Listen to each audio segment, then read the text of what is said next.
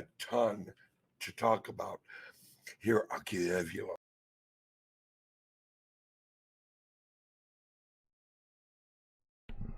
Okay, guys, sorry. I have a problem with OBS, with the software for streaming, and I had two problems. One is the videos are very slow. For some reason, they stopped, and the software didn't play the audio, which and now I resolve it by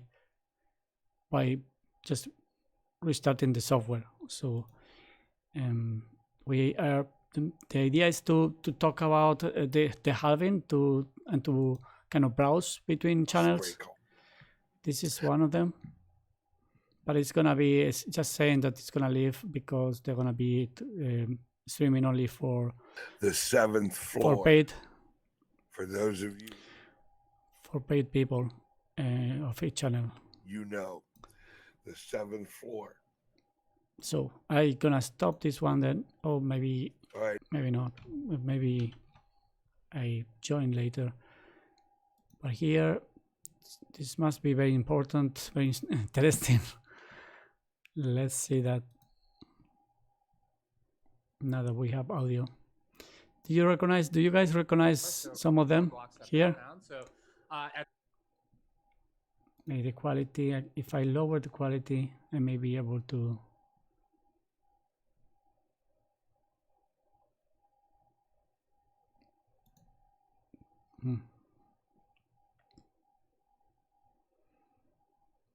It's really not working very well.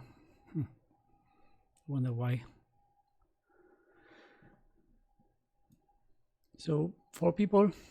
Hi John, how are you? Thanks to see you there. Thanks for coming and good to see you there. Thank you for telling me about the sound. As I said, I tried several things and just didn't want it to work.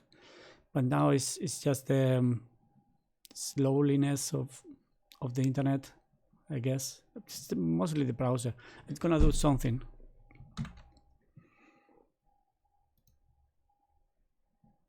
I will restart the browser.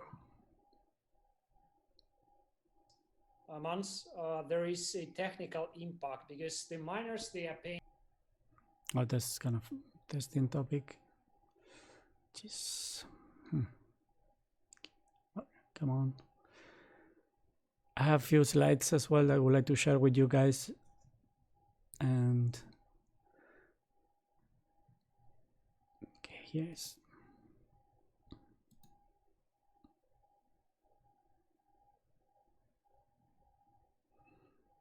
Right.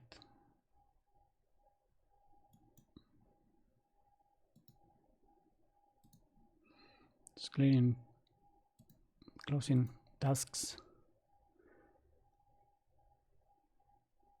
Right. So now this will work better, hopefully. So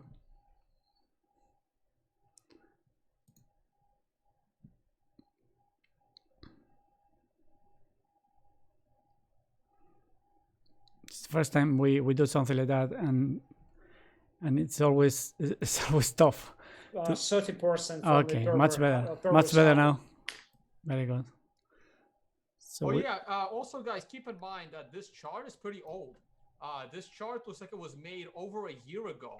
So we're not here with the price. We're actually right here the day of the halving, which is a little bit sooner than projected. And so far, we have been in this consolidation going as high as 14,000, which is approximately the top of this. So whoever made this chart actually did pretty well. Would love to see an update on this chart. Now, this also means that we're going to be pretty bullish going into next year. Yes, Alex. But this halving is also different. So I was sold the halving in 2012, in 2016 before. But right now, because of the crisis, it's financial crisis, it's also coronavirus crisis. I think this time, the whole case will be absolutely different. So the Bitcoin is not hanging somewhere in the air. So it's depending from the global economy, and the global economy.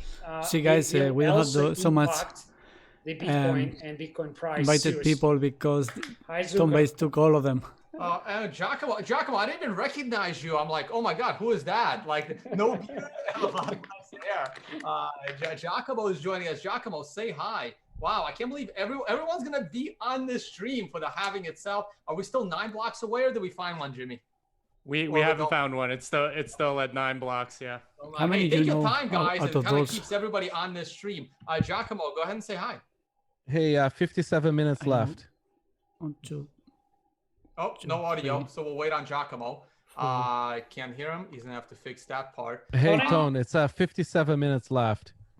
Oh, the moon is yeah, but we don't know so exactly how many. Well, you know, it's pretty decent approximation. During last hour, we left. mined 10 blocks instead of 6. The second guy smoking a cigar. How many did you guys actually mine over at Bitfury?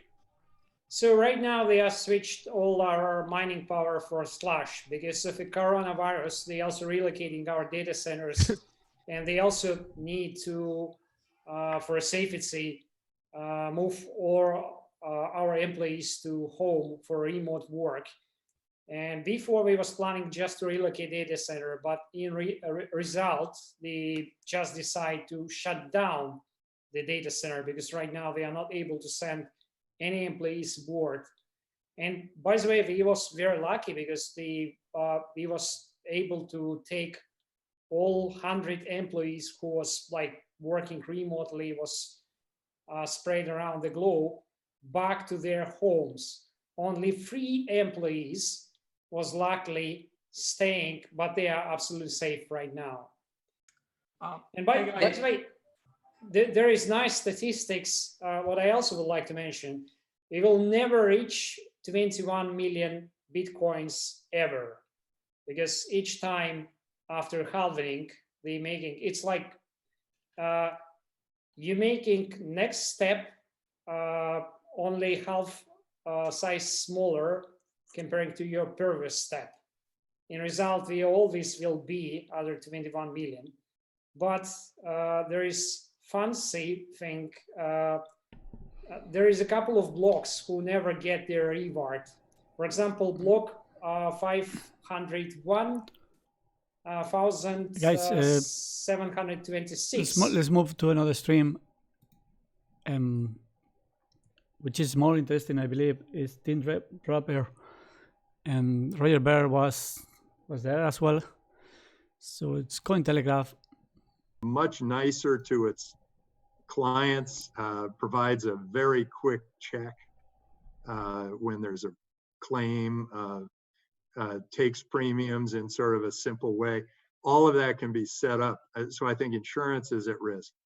I think real estate is ready to go through transformation, not just through title, but also through using tokenizing ownership of real estate so people can buy a piece of a house or a piece of an apartment building or whatever, and benefit from any appreciation that comes from real estate.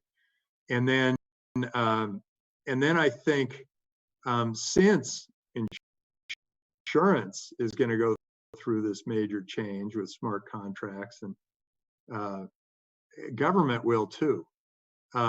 I think most of what government does is provide insurance. It's healthcare insurance, it's workman's comp insurance, it's unemployment insurance, it's social security. All those things can easily be done on the blockchain with Bitcoin, and build into a smart contract. And we don't need all that bureaucracy. We don't need them with all their favoritism, all that, the weird stuff that happens when a government, this $8 trillion is going through government entities, and those government entities are making people create forms that only can really be filled out properly by lawyers. I mean, there's this huge friction getting that $8 trillion into the hands of citizens. Well, that isn't the case with Bitcoin. You can just do an airdrop and it's done. And then I think that healthcare is going to go through a major change. This is a little more AI than crypto, but it's all about data. you're going to be able to see a much better picture of a person through the data around them, their healthcare records, their Fitbit results, where they ate breakfast, who they met, what conference they went to, their genetic history, their blood test results, all that data can come from the cloud, whereas no doctor can ask enough questions to get that data. And then in therapeutics, you can see from the COVID thing, all of the real breakthroughs are happening on the screen. They're all happening. Companies like Atomwise and Verge Genomics are putting the disease up on the screen and running all these different drugs against it. And when they see a match, then they go, okay, this one looks like it's got this, it's going to be effective and it's going to be safe. And I think it'll be a better determinant of efficacy and safety than the FDA. So we got many industries wide open, and governing, I think, is going to be, like Tezos is making huge leaps in how governing can work. And Aragon came up with a new form of a jury system. We're going to see huge changes. And I hope you early adopters who are excited about the happening, you at least should embrace these changes. They are going to be really good for society. Short term, you're going to see governments pull back, try to put up trade wars and barriers and walls and whatever else. Long term, we are going to have one big world that's very peaceful and loving and wealthy and dynamic, with an amazing economy and ideally with full employment. Right. Yeah. Well, can't wait for those days to happen. So I just want to let the audience know that we are running, we only have a few minutes left. So please ask questions. I'm reading your questions and I'm asking Tim those. So if you have a question to ask, please do so in the chat. Tim, we've got another question from Priya Stevens. She wants to know if you can give an opinion on the Chinese digital currency DCEP. And what do you think of stable coins in general? When will we see the digital US dollar, and will it become a game changer? Yeah, I think it's sort of less than 1 hour. Some of the benefits of digital currency and all the drawbacks of fiat currency. I think the stable coins, I'm kind of interested in Maker because of the dynamic and the way it works. And it's kind of interesting, and it's a nice bridge to this world where the world goes crypto only. I think governments are looking at this and they're saying, how do I keep control over my people? How do I keep my barriers up? What do I do? And the Chinese government has instituted a digital coin. Sure, maybe it's easier to move around than the renminbi is, but not much. And it's not useful globally. It's not decentralized. It's very centralized. It's not cross-border. It's not a global currency. It won't be recognized in other countries. What's the point? Why are they doing it? Well, they're trying to make it, they recognize that their claim to power relies on tribalism. It relies on having enemies, on having borders, on having restricted people. Well, the moment the people recognize that these borders are very fluid, that there is a better currency, that decentralized world is where we're all headed, and that governments have to start competing for us rather than us working for our government. By the way, when I grew up, the government was always working for the people. It seems like now the people are working for the government, and there's something very wrong about that. And That's where revolutions start to happen. But in any case, I think globally, we're going to have a very nice, peaceful revolution, because all these guys who are sort of clinging to power and trying to say, no, use our cryptocurrency, are just trying to centralize again. Well, the rest of the world is going, no, hey, it's so much better to decentralize. And then they're trying to put up more trade barriers when the rest of the world's going, no, we're better off when we have free trade. So what are these people actually in power? What are these people actually trying to do? And is it for the good of their people? No, it's not for the good of their people. It's for the good of themselves. And they're being incredibly selfish. And think about this. They're being incredibly selfish to the detriment of 1.3 billion people in China. They should be open, transparent. They should open their trade barriers. They should open the trade. They should open the currency. They should be open, and they will be much wealthier. They were open for many, many years. Deng Xiaoping opened up China. That place boomed. Everything was fantastic. Now they're closing it up. The entrepreneurs are kind of head down, tails between their legs. It's not a pretty sight. And now they're going, no, we'll have our own cryptocurrency. Well, it's baloney. It's not. Yeah. It's going to be a centralized, controlled, government-controlled currency, and it's not going to be worth anything more than just regular RMB, which will be coming down in value. Yeah. Wow. It's really interesting that you share those thoughts with us. Are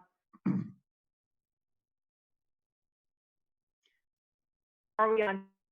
Rachel, you just for me, and and I'm going to have to go. I have a 11 o'clock sharp.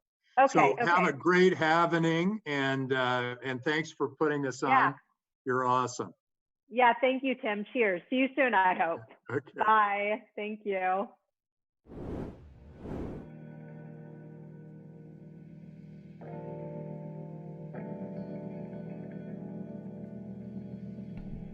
In the meantime, we can see the size of Bitcoin right now comparing to the rest of the markets. We can see that Bitcoin is very tiny comparing to gold, comparing to even Apple, comparing to Amazon. And this shows the potential that we get, the potential to grow in terms of market cap. I say at least some from here will go to Bitcoin eventually, because gold even is also kind of fake.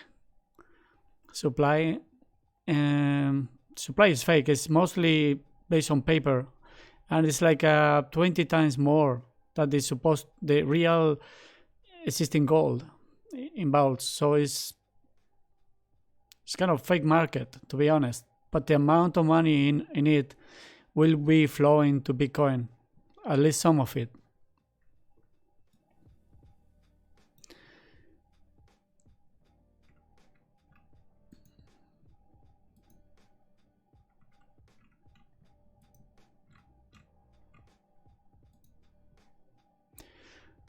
Also, maybe a good idea to look into comparing several coins and see why Bitcoin is king. Here is the supply. The maximum supply is 21 million. We know that. The current supply is 18 million, but actually it's not that. It's 14, and I show you why. There's a new study. It's Coin Metrics, and here is the study. And they pretty much say that 4 million are lost. They have been analyzing wallets, and they're just deducting the 5 years from now back.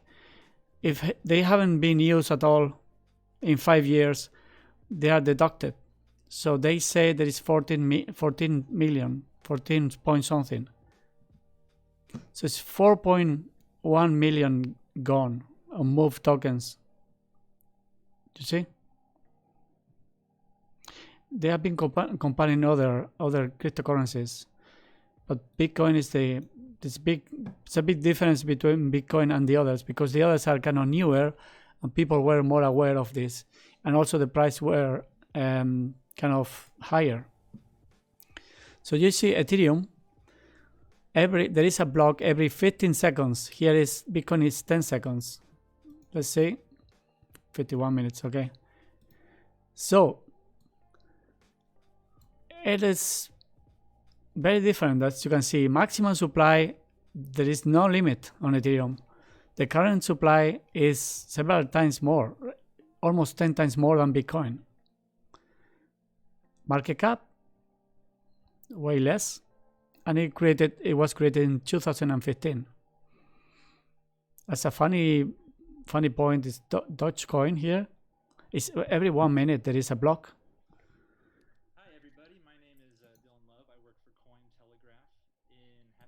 Okay, we pause you for a moment.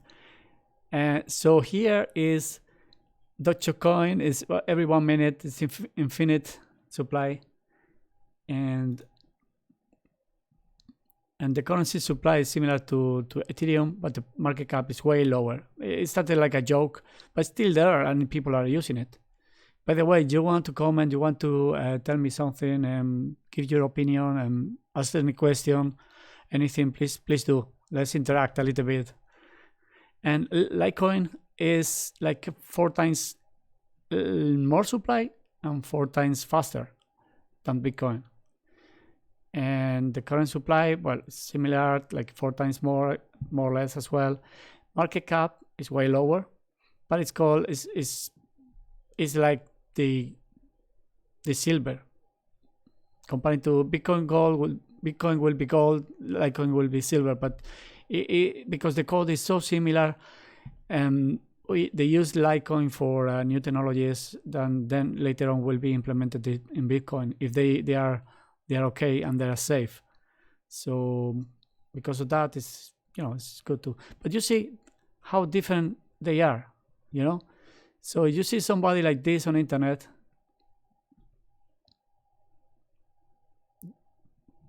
Obviously, she doesn't know the basics. It's kind of funny seeing every now and then things like that, because it's like for her, obviously, yeah, Bitcoin was once very cheap, and now it's 8,000. So you can expect that SRP to go between 500 to 1,000, according to her. But supply is way higher, and well, there are many other differences. So here is just to let you know as well some scams that are happening lately, and that was on Sunday.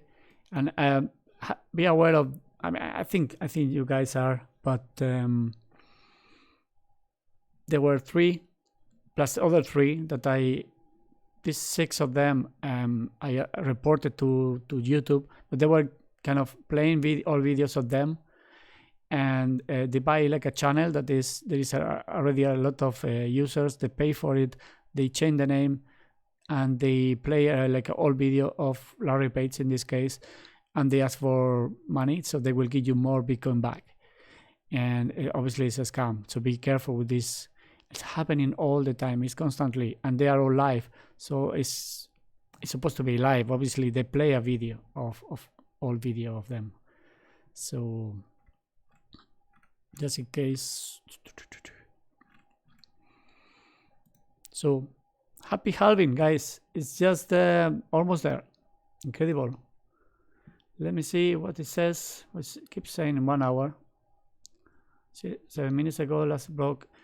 If you don't know this website, I recommend you to visit it. It's dxstreet.com, and this is the Vita version, and you can just remove Bitcoin Cash and see Bitcoin. The mempool is much better than a few days ago. That's good. The fees are not so good, to be honest, compared to previous days, but still it's below $2 that the average. And you see, when you see people getting in and leaving, it's before the bus leaves, is because people are offering higher fees and remove the ones that they were paying less for it. Okay, it's a visual way to see it. I would say I trust more this one, 46 minutes.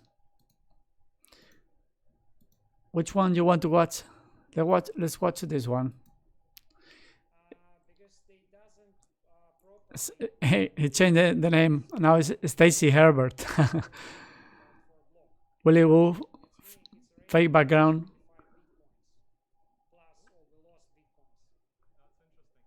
Can you hear me now, guys? Can you hear me? Yes, we can hear you. I want to, hey, Giacomo, can you just hold off 1 second? Drew Dinka's been with us for like 45 minutes. Oh, maybe the audio is very low. So I want to get him in, and then Ugly as well has been patiently waiting to say hi. And then we'll get you, Giacomo. I'm trying to be as fair as I can. Max Kaiser has also been, and Safedin have been waiting very patiently as well. Though I don't even see Safedin anymore. He might have dropped off, unfortunately. Wow, doing my best here. Drew, say hi, please, to the audience. Hey, Tone. Thanks so much. Hi, everybody. Great to see some friendly and familiar faces here in the chat. I am not a miner. I'm not a trader, so I'm not going to have that much substantively to contribute to the conversation, except it's great to see all these faces here together. For those of you who don't know me, I'm a lawyer who practices in the space. I'm also an adjunct law professor at New York University, where I teach a class about the emerging law around Bitcoin, crypto, and blockchain tech.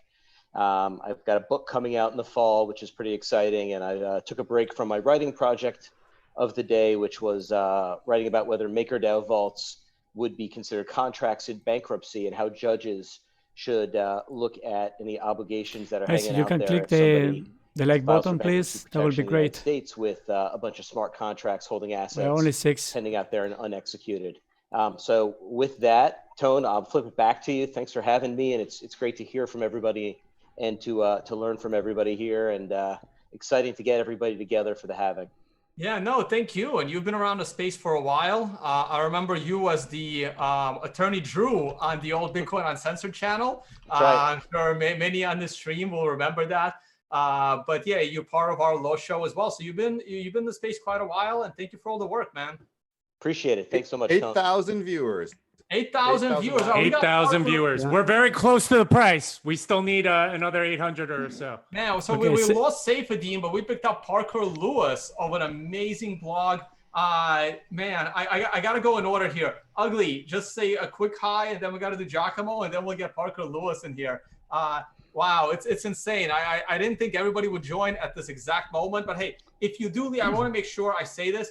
If you do have to go for something, please come back anytime. We'll be doing this for 12 hours. You have the link. Come back anytime. Okay, jump in, and we will end at midnight Eastern time. I won't be here 12 Ugly, hours, guys. I'm sorry for that. I got to unmute. I can unmute you. 8,600. And then I'm going to kind of be an old gold whore and visit some of these other shows going on too. It looks like you got plenty of action, but Jesus. I told everybody I was going to be here, and it's exciting. You guys have to tell me about Halving, because I don't. Right here as well. I got my. There we go. I got my staff, and Safedin's gone, and I know he has his. He's the real Satoshi undercover. Doesn't know me. I keep it pretty simple, and it's just basically we go hodl, hodl, hodl, save, save, save. Okay. Build a. Sound money. Somebody drank too much. Money, and that's what it's all about. I keep it real simple. We want to hodl. We want to save. That means you want to reward yourself, because you are gonna make some money when you hodl Bitcoin, and then you want to build on the network in whichever way that you can. So that's basically my message. All right, let's stick to the simple one. I got one question for you. I know you don't like to do price predictions.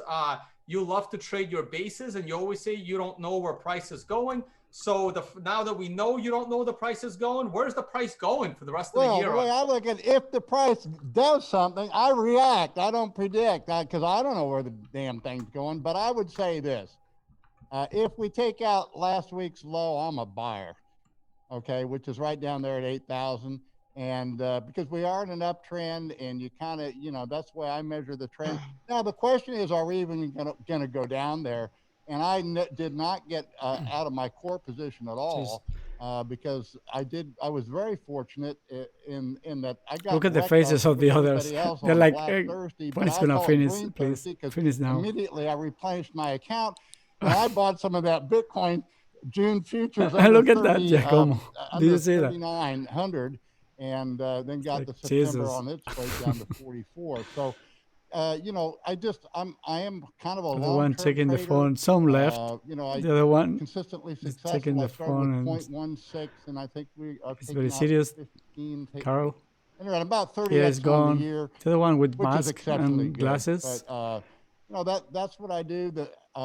You know, I do want to say one thing. I really object to an inflation rate because Look at the wall, Bitcoin has a ceiling. fixed amount. That's why it's so cool. And just like Bitcoin maximalism is a term created by the shitcoiners, so is the inflation rate. Bitcoin has no inflation. It simply has a delayed release, guys. It's 20 million and that's it. So you got to change your thinking. That's what this is all about. The stock to flow Price going down now. studies by Plan B. Super Unfortunately, stuff, man. I mean, he quantifies it, but I keep it simple. The nobody simple buying. thing is there's only Everybody 20 million of looking them at made, and the that's why halving it's to gonna see what work. happens. I have a question for Goat while he's here.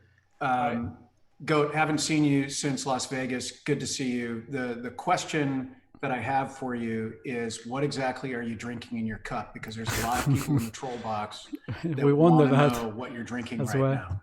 Hopium, I'll tell you the they answer. want to know what it is that I take. And actually, it's coffee, but I do have some tequila. I like that Coriello better. But a lot of times, I do have wine or tequila in that cup. But that's usually when I'm, walking around town or something. But yeah. Incidentally, Jason, Guys, I tweeted that out kind of show how early stages this is. It's like some people are very I don't know. What's the word, Oh, guys? wow. What do you think? That's gonna be. I'm gonna drink this when the halving comes. This is Infantile, my best tequila maybe? at the house at the moment. Unfortunately, in quarantine, I haven't been able to get any better ones. This is the Jose Cuervo Family Reserva. So this is. Where did you get it from? I've never tried to taste it in Neho. I'm just a Raspado guy. I like the Raspado. A little too much. No, it's all about the extra añejo. Hey guys, I gotta get Josh from Volturo in here. He's been with us for like over an hour. Sorry, man.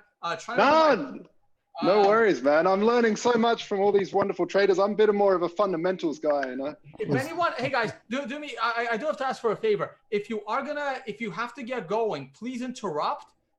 Say your goodbye. Say a few words. I do want to be fair to everyone. So if you're gonna leave the stream, please So in the last 5 minutes, say a few words to the Bitcoin went down 8,000 people from that are watching, and then come 8,448 back anytime later. And Parker, I'll get you next. Like 150. Sorry, Tone. I need to jump out, but I'll come back later. $.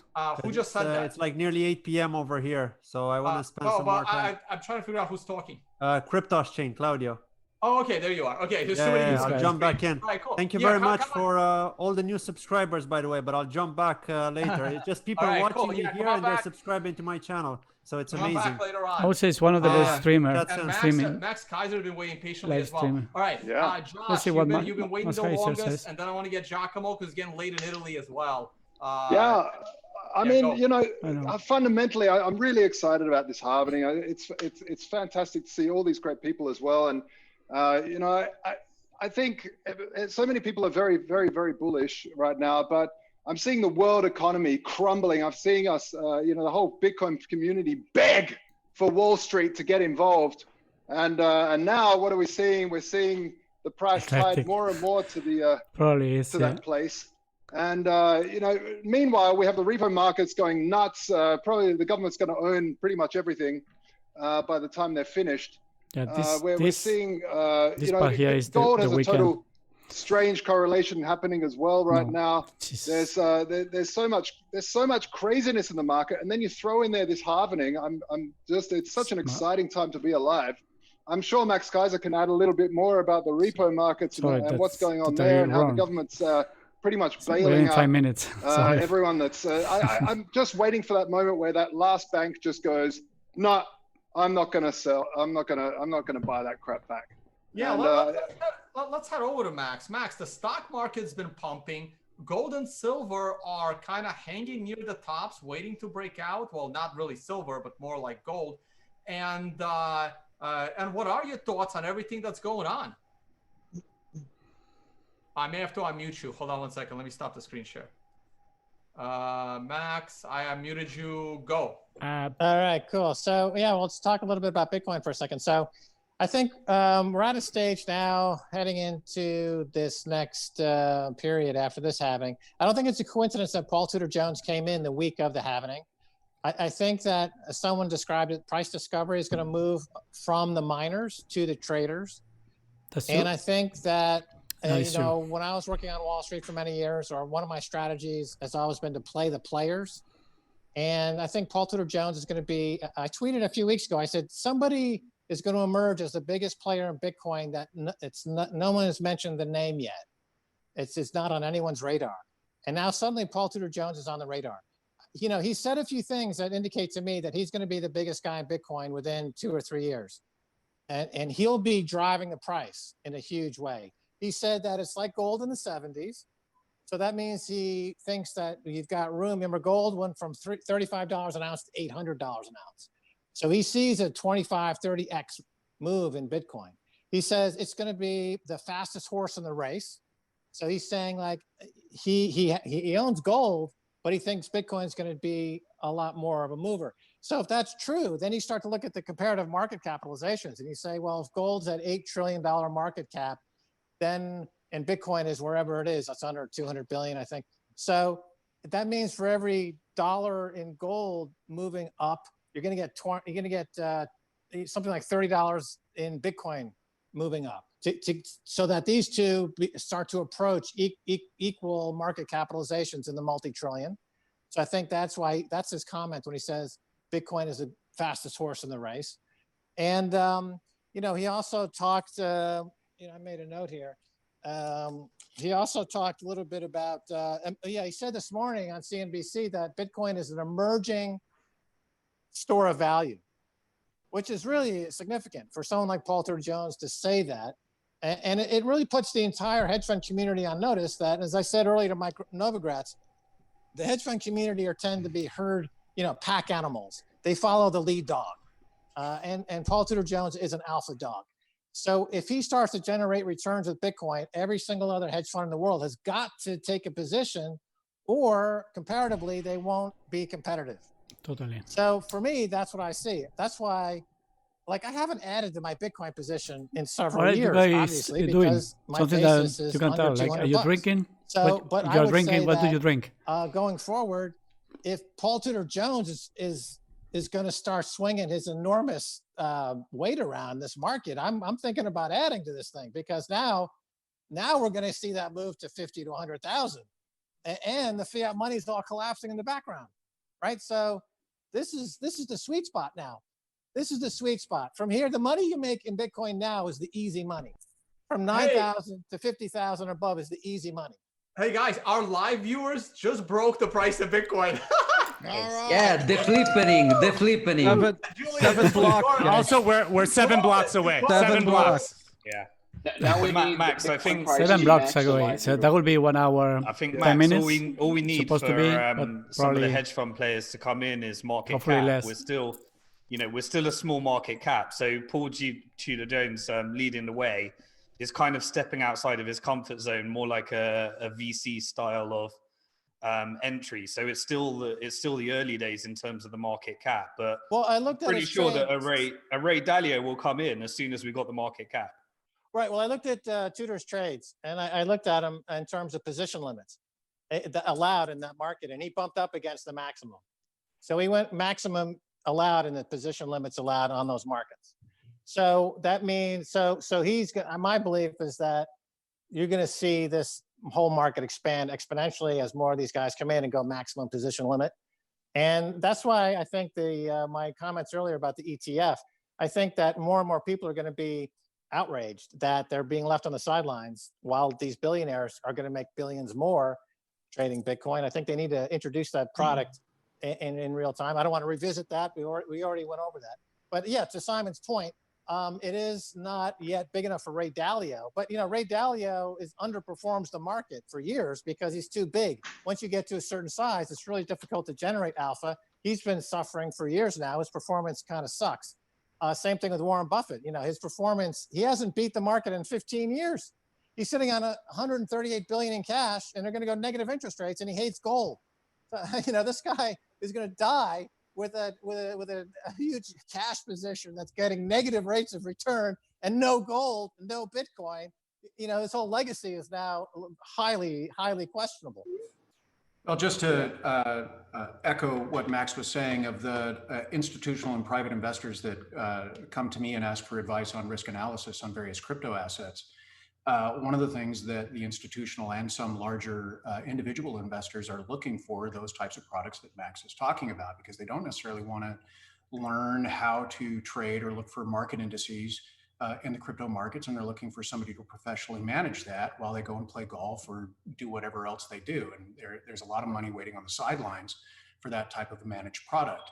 And so I think to the extent where we can get some ETFs or some funds that are approved, and we can get that kind of normalization, and you get price stabilization, predictability, and then it becomes that rolling snowball of the more people that are involved, the more widely accepted it is, and then the more you have Bitcoin used as a true reliable storage of value and or asset for the traditional investor. Instead of making a price prediction for 2020, I'll make this prediction.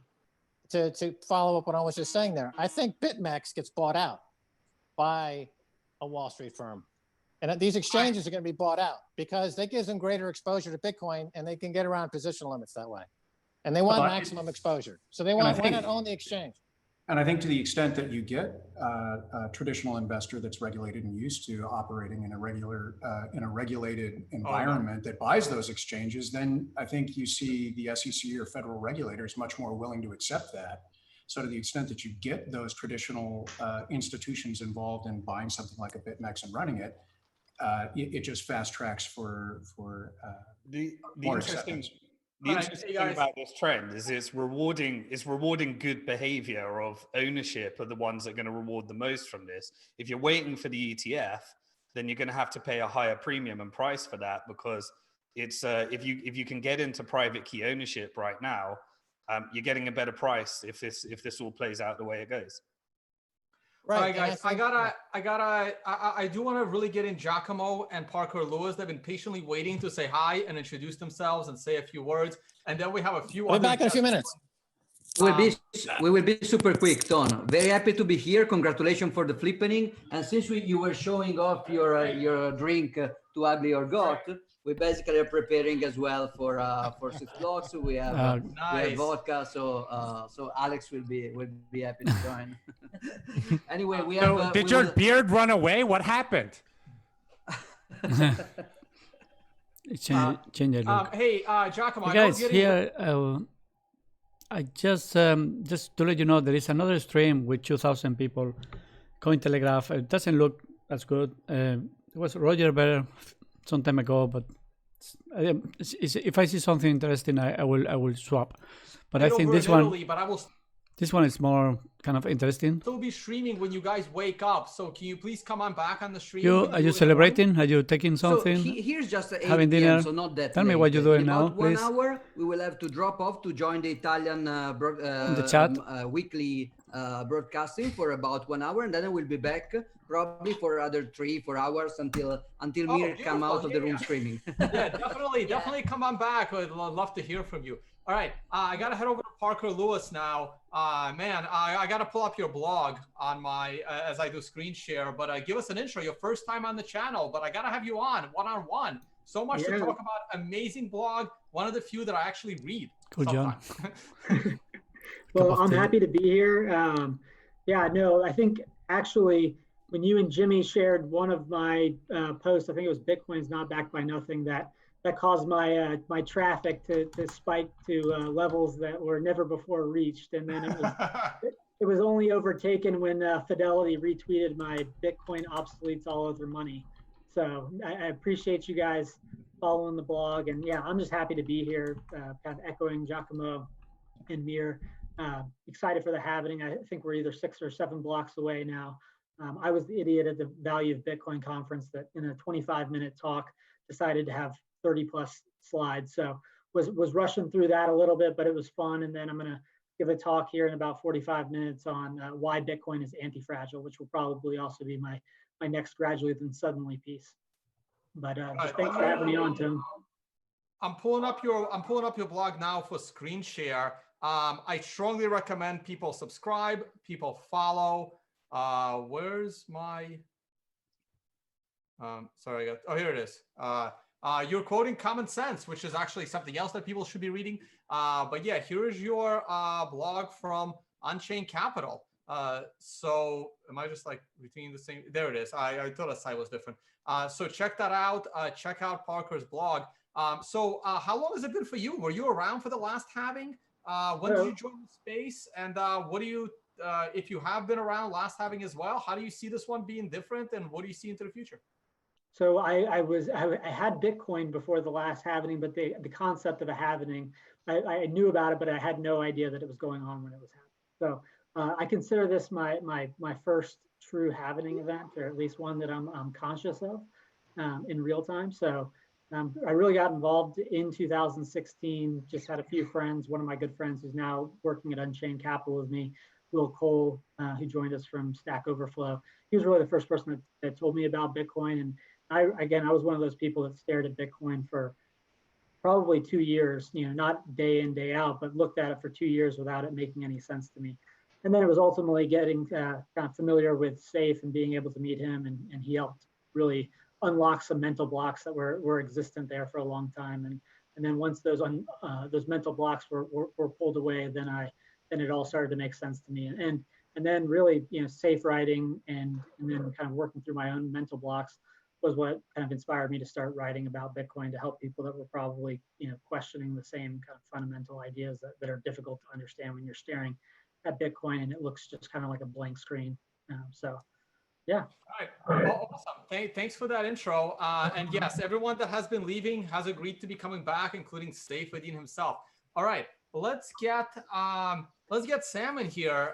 Sam, you're from FTX, Alameda. You have never been on my channel before either.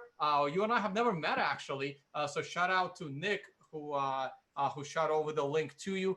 Give us a brief intro. Tell us what's going on. We've been talking about the price a little bit. What do you think here? Oh, you got on mute. Thanks for having me. It's great to meet you and to meet many of the people here. Yeah, I'm Sam. I'm the CEO of FTX, a crypto derivatives exchange. I think we've seen, something that looks sort of reminiscent of what happened in the run-up to CME SIBO futures launch, where it was, really massive hype, massive price increases, tons of inflows, and hey guys, is this our first halving?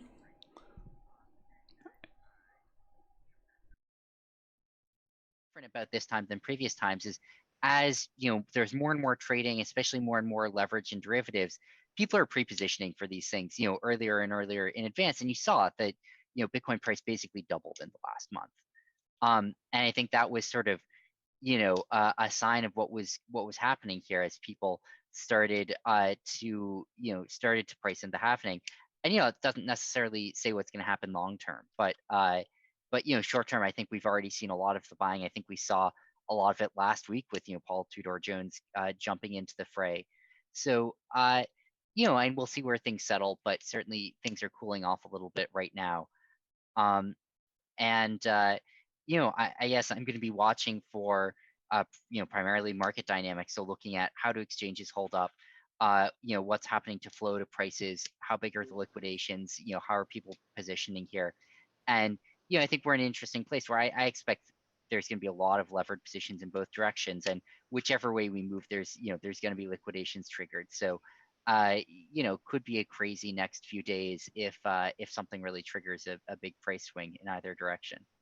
Speaking of exchanges holding up, I had several reports DM'd with screenshots. People couldn't get into Coinbase, and people couldn't get into one more exchange. I forgot which one during the big drop like 2 days ago or last night. You guys were okay? Yep, we were basically okay. I mean, I think everyone was running a little bit slower than normal, but we were live the whole time. I think Coinbase did go down for an hour or so right at the big drop.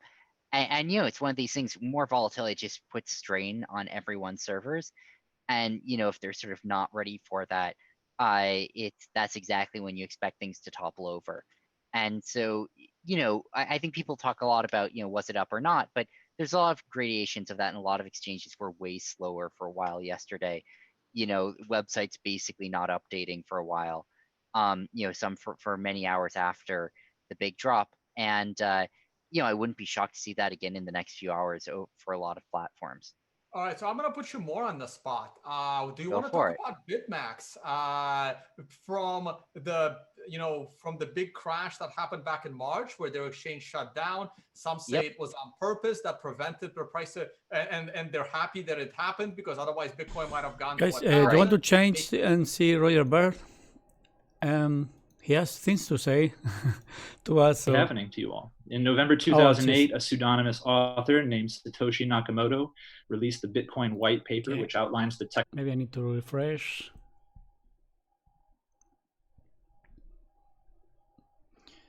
Sorry. I just saw it there. Maybe. Bitcoin. He did not buy Bitcoin Cash. No, it's the same one. How do we interpret this? What does an institutional involvement, which happens mostly with Bitcoin first, when will that trickle down into altcoins, or will it?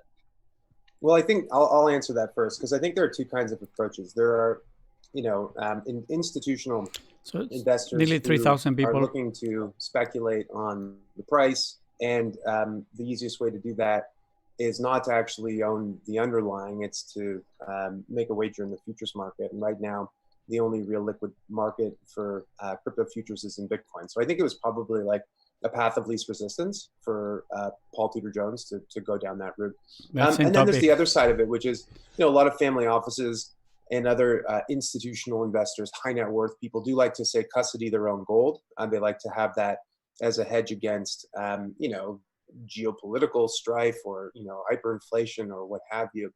And the corollary in the crypto world is that people actually like buying and custodying their own crypto assets. And I think both are equally valid, and I think both could help to increase ownership in the space.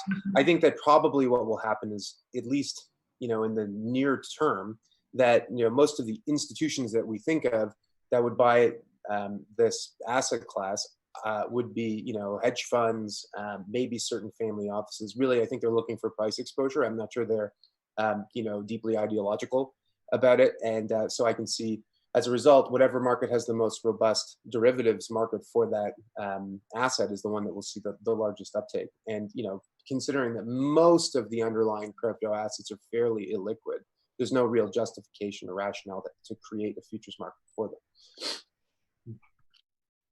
Anybody else have any thoughts on that? I mean, I think institutional money in a big way is still years away for crypto. Roger Bird is presented I think it is pretty promising as the CEO of Bitcoin.com. Funny. Let's see how, when he speaks, so you will see, really well known for they will put that thing there. To the extent he's seeing Bitcoin.com, Bitcoin the and CEO. other crypto assets as commodities that that's misleading, follow guys. price and supply and demand.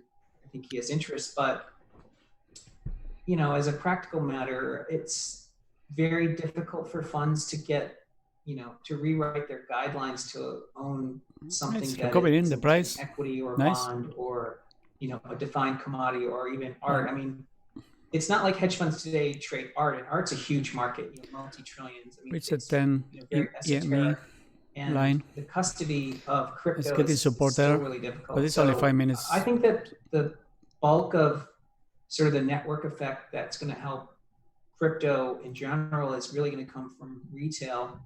And we've written about it that, when you look at where the next sort of pool of money is, out of the $300 trillion of household net worth in the world, 1/3 of it is in the US. And China is another 50 trillion. So between China and US, that's half the money in the world. I think the market that has, a lot of room to grow is actually both, but I think in the US, it really is, probably the biggest untapped market is US retail. How do we think about the fact that so much mining is happening in China right now? Crypto mining, I mean. I think it's always going to happen where it's most effective to do something, right? Like, why are most rubber gloves manufactured in China? Because they can manufacture it cheaper there than they can in other parts of the world. And the prices will dictate where things get done around the world. And if it's cheaper for people to mine in China, then they'll do that. If it's cheaper for them to mine in Nebraska, then they'll mine it there. So it's this entire worldwide network with prices dictating the information to allocate the resources to the most effective use cases at the least cost. So just happens to do that. They're more, they have a competitive advantage to do that in China at the moment. I would love to hear you guys talk about a hypothetical time. I know it's about 100 years away, but what happens to Bitcoin after the 21 millionth Bitcoin is mined? Where's the incentive for miners to continue perpetuating the system if they're effectively being rewarded zero? Good question, I think. There's been lots of arguments ask my grandkids that question. Sorry, what now? I said ask my grandkids that question in 100 years. Okay. No. And I witnessed lots of the arguing over that exact question on the forum, and people have been arguing about that from the earliest days. And so, like, there's three different ways. The two most common paths forward are that you limit the block size and you force everybody to pay really high fees, and those high fees on the network will then pay for the miners to continue mining after the block reward is gone. The other path, which I'm the one, I'm the most fond of this one, is you allow the blocks to scale, you allow it to become money for the world, and you have billions of people using it every single day for transactions, each paying a very, very small fee. And the aggregate of that very, very small fee times billions of people with their billions of transactions is enough to subsidize the miners into the future, can incentivize them to continue mining. And then the third option that's probably the most controversial is you change the 21 million supply limit and you continue to have a block reward on into the future. But I think, that's our great grandkids' problems or something. It's not really our problem. This is 100 years into the future.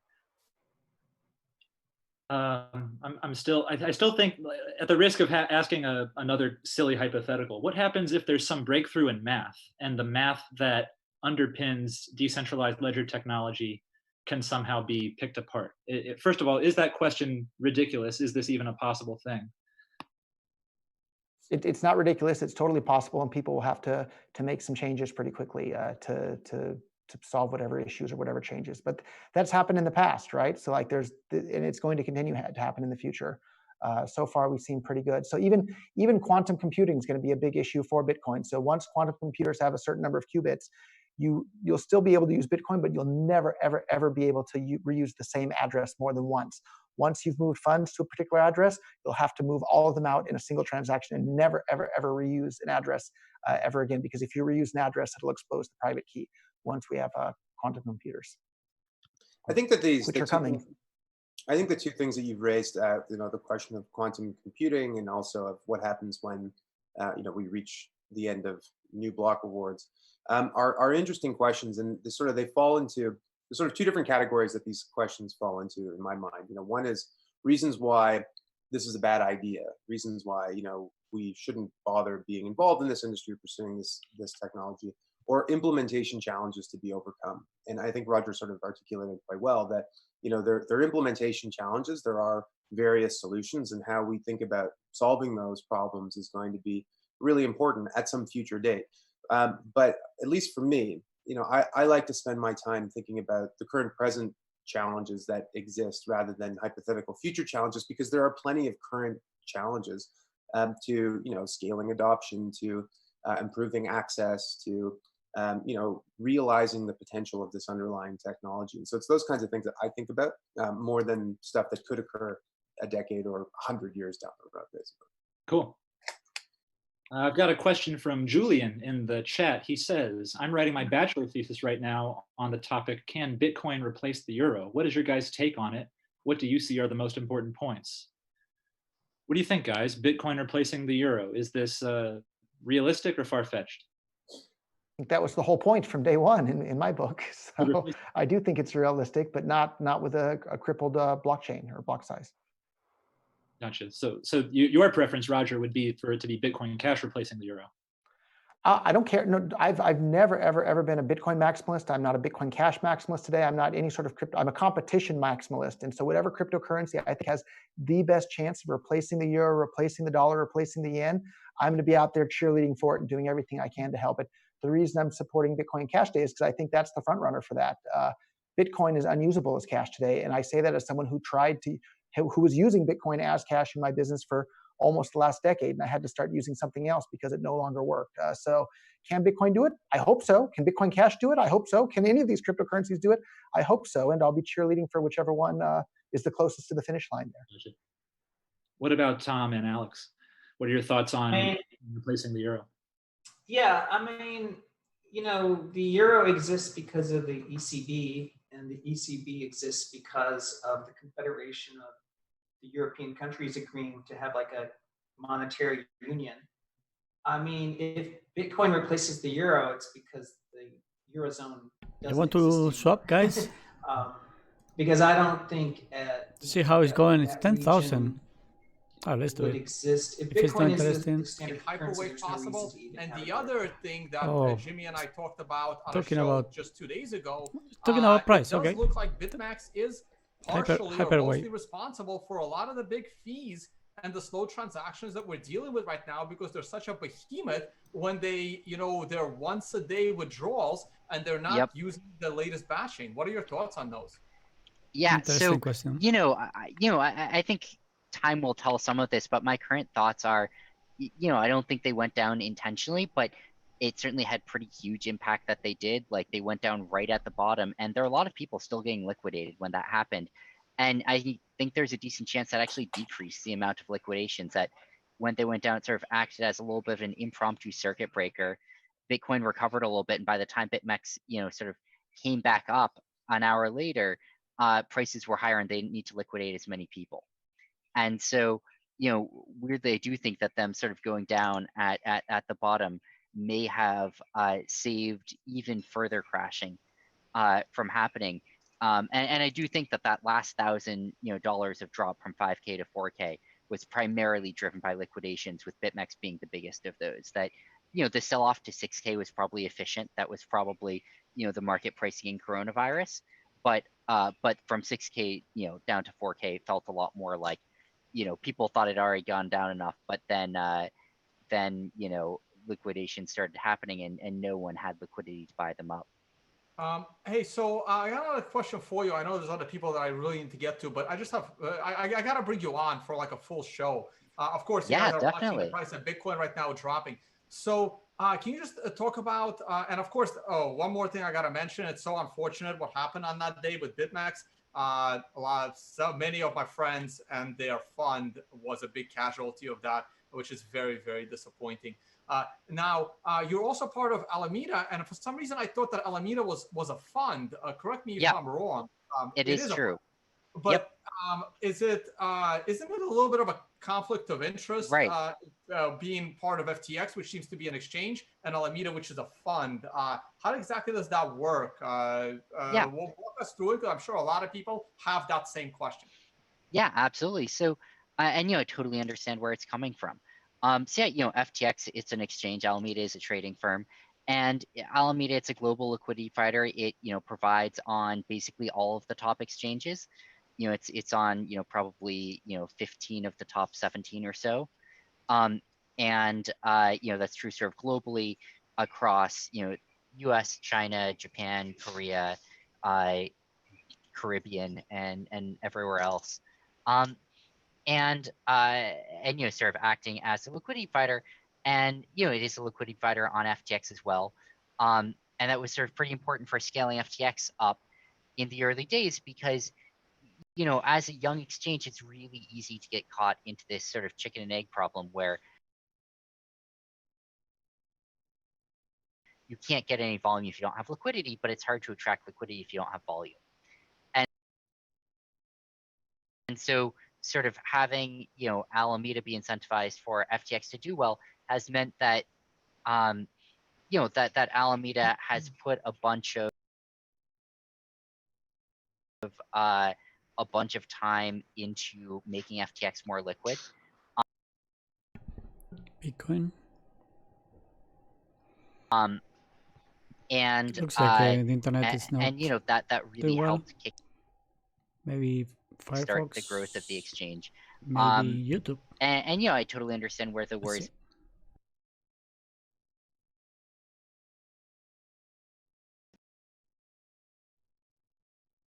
about conflict of interest come from. I guess what I can say is Alameda's account is like everyone else.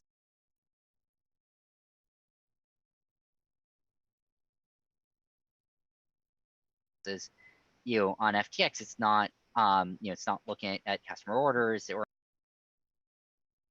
anything like that. It's not it's just trying to provide as much liquidity as it can. And in fact, it's sort of, to the extent that it's different, it's that its goal is sort of explicitly not to just maximize money making on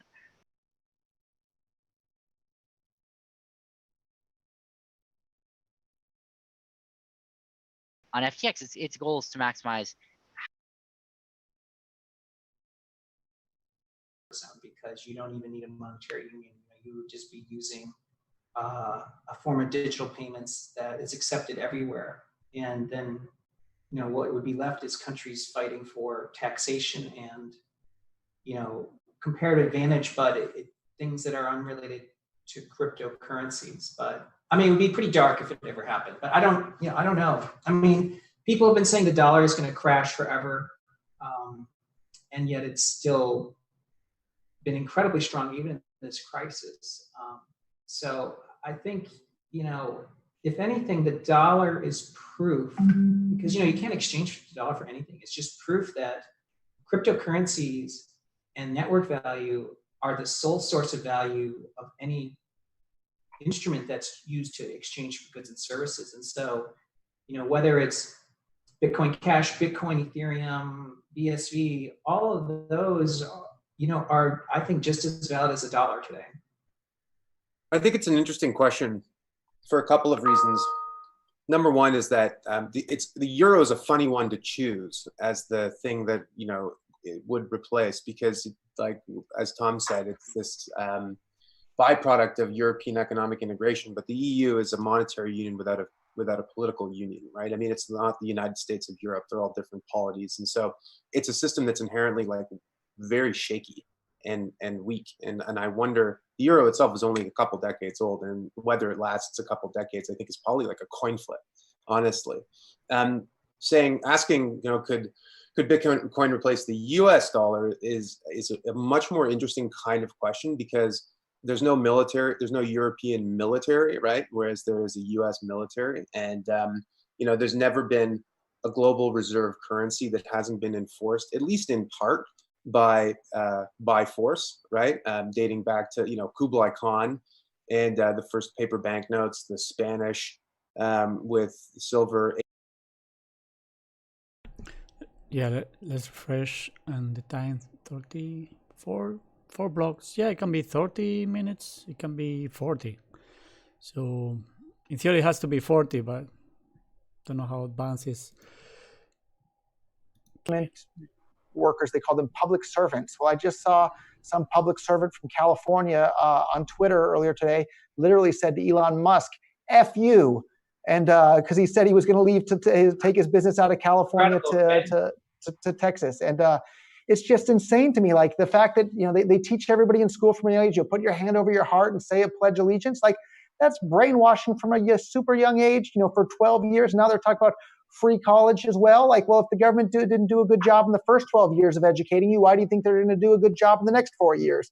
And so it's all just a bunch of nonsense that people have been indoctrinated from a very young age. And I think the whole world would be a lot better off without any of these centralized governance institutions. And the free market can find a way to provide governance services much better than some centralized coercive institution based on violence by a bunch of men with guns, wearing costumes, working in buildings with flags out in front. So that's what I really think. And there you have it. Very good. Very good. Alex, what are your thoughts on political implications of blockchain technology? This is a system for tracking money, essentially, or any data with near flawless, effectively flawless accuracy.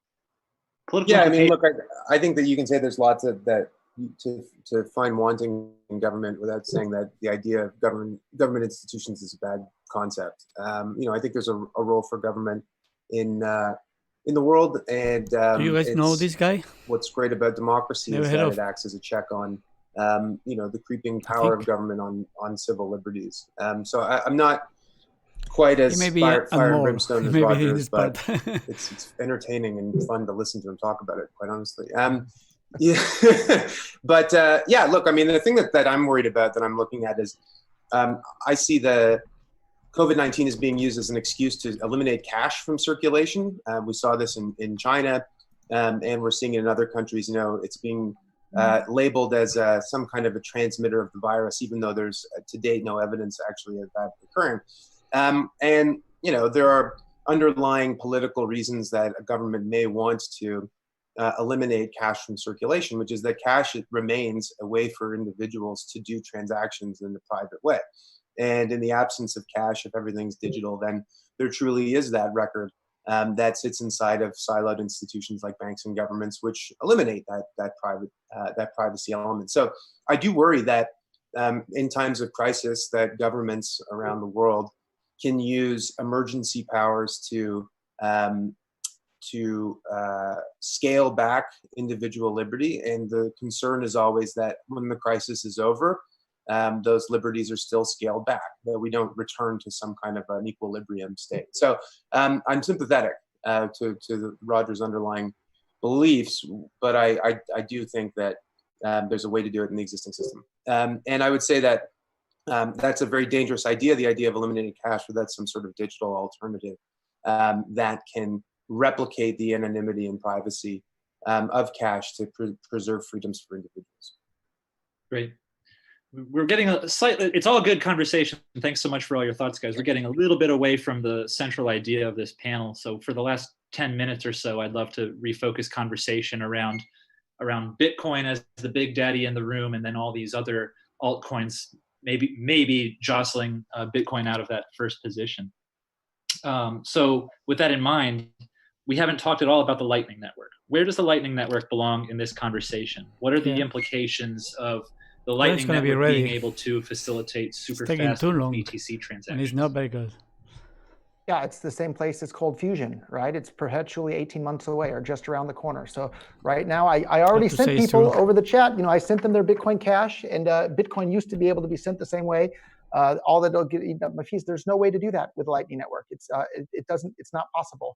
And so if you were to do something with that with the Lightning Network, you'd have to use some custodial solution. But if you're using a custodial solution, you might as well just use PayPal, right? You might as well just use Venmo. You're back to what we have with the legacy system. So I think the Lightning Network, I hope and wish it works, right? Because if it worked, great. We all have peer-to-peer cash for the world. That's been my goal from day one. But the fact that Bitcoin was strangled to try and push people onto some piece of vaporware that doesn't even exist yet, has been perpetually 18 months away, has just been incredibly frustrating for me, and makes me want to cry myself to sleep. And you hear some of the biggest promoters of Lightning Network, they've never even used it. They don't even use it. So it's been I think one of the biggest pieces of vaporware ever. So, does anybody have a counterpoint?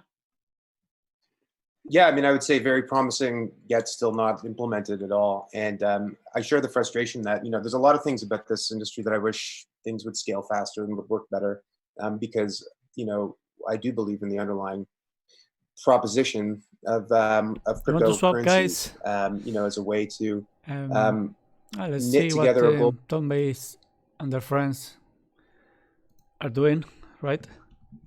I say Cointelegraph, I'm not happy with Coinbase, and he's gonna pay back.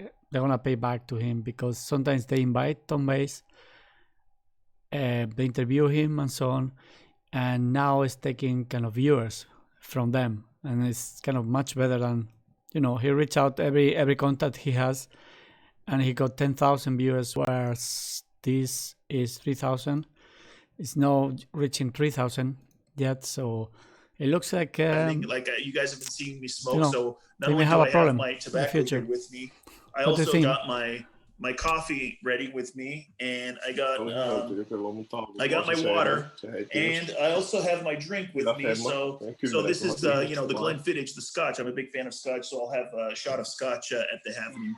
So and real quickly, I wanted to touch on something that Mike Novogratz said way in the beginning of the stream. He said that this Halving is going to be different because of a bunch of things are happening at the same time. We have the quantitative easing that is happening, the money printer going insane, and we're having the halving. And plus, there's another thing that's happening at the same time with this COVID hysteria, COVID scare, whatever you want to say. People are not going to want to deal with physical money anymore. So a digital money is also going to be something that is very, very important and very bullish long term, if not short term.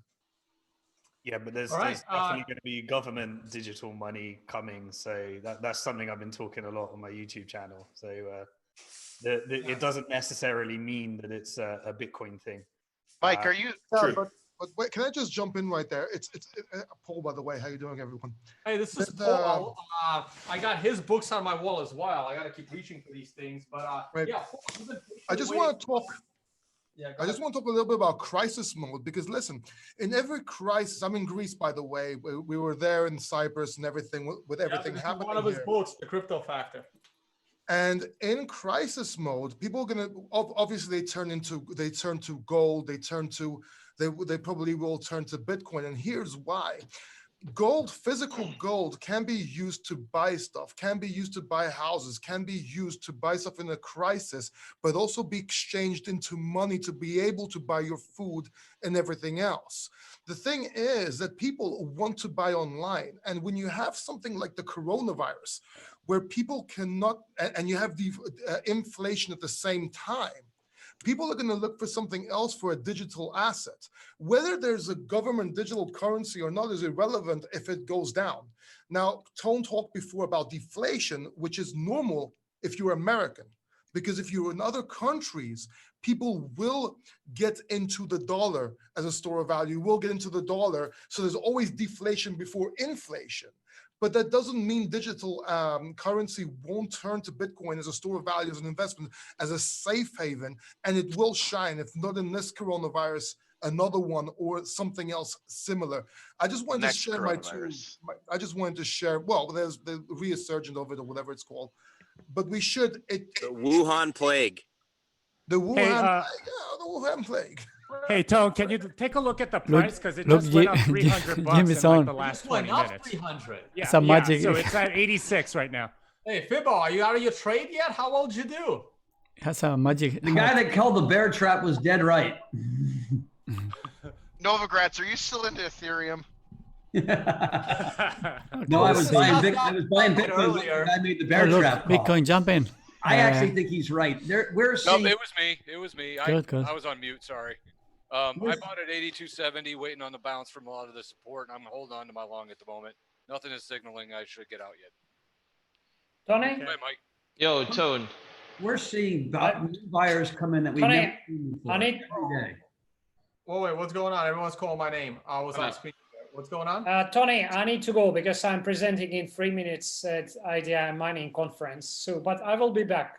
Yeah, come on back, please. Awesome. Thanks for joining us, Alex, and come on back. All right. Thank you. My pleasure.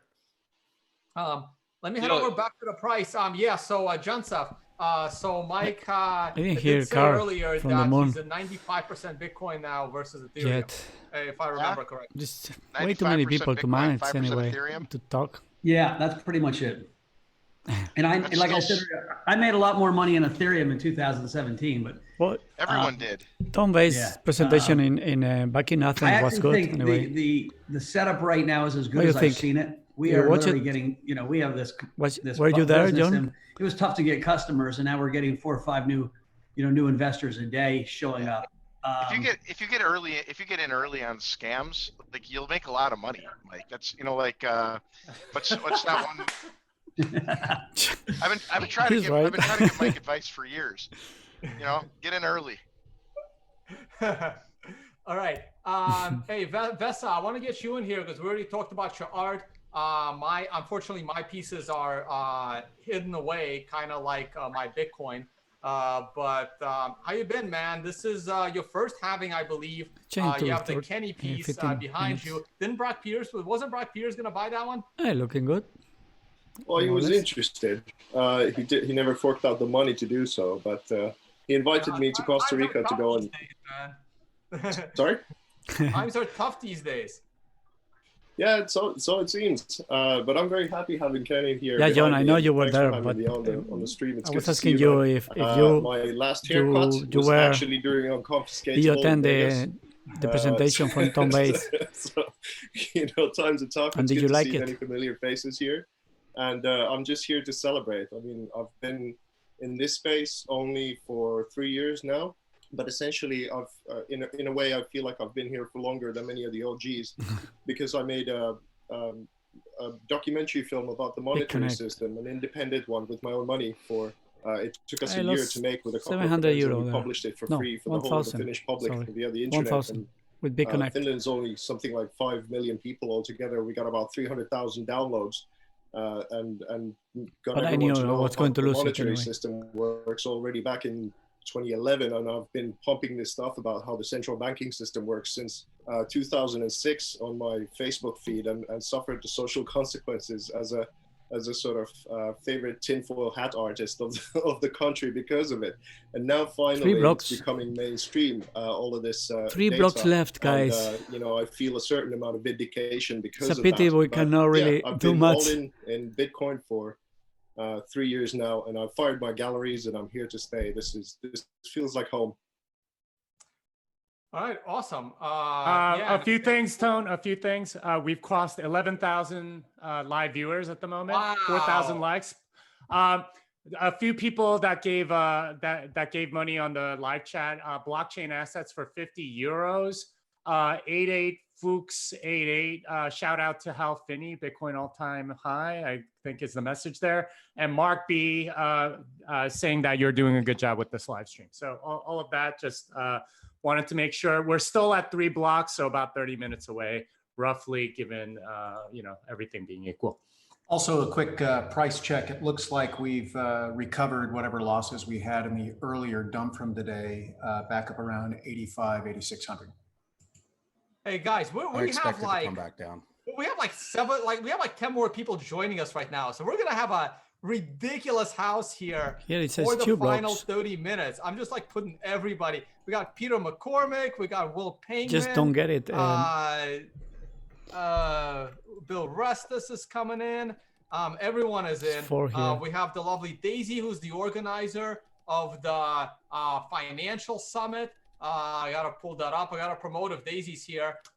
This is hopefully there won't be any issues of travel by the time November comes around. So Daisy is joining us. Gonna take a quick peek at the price, and I'm gonna go. Oh, the hash rate is still doing well. Okay, the price of Bitcoin, we pulled up a good trade. Piboswani, I don't know, Joe, I don't know if you took that trade as well. We have 3 blocks to go, so approximately 30 minutes left.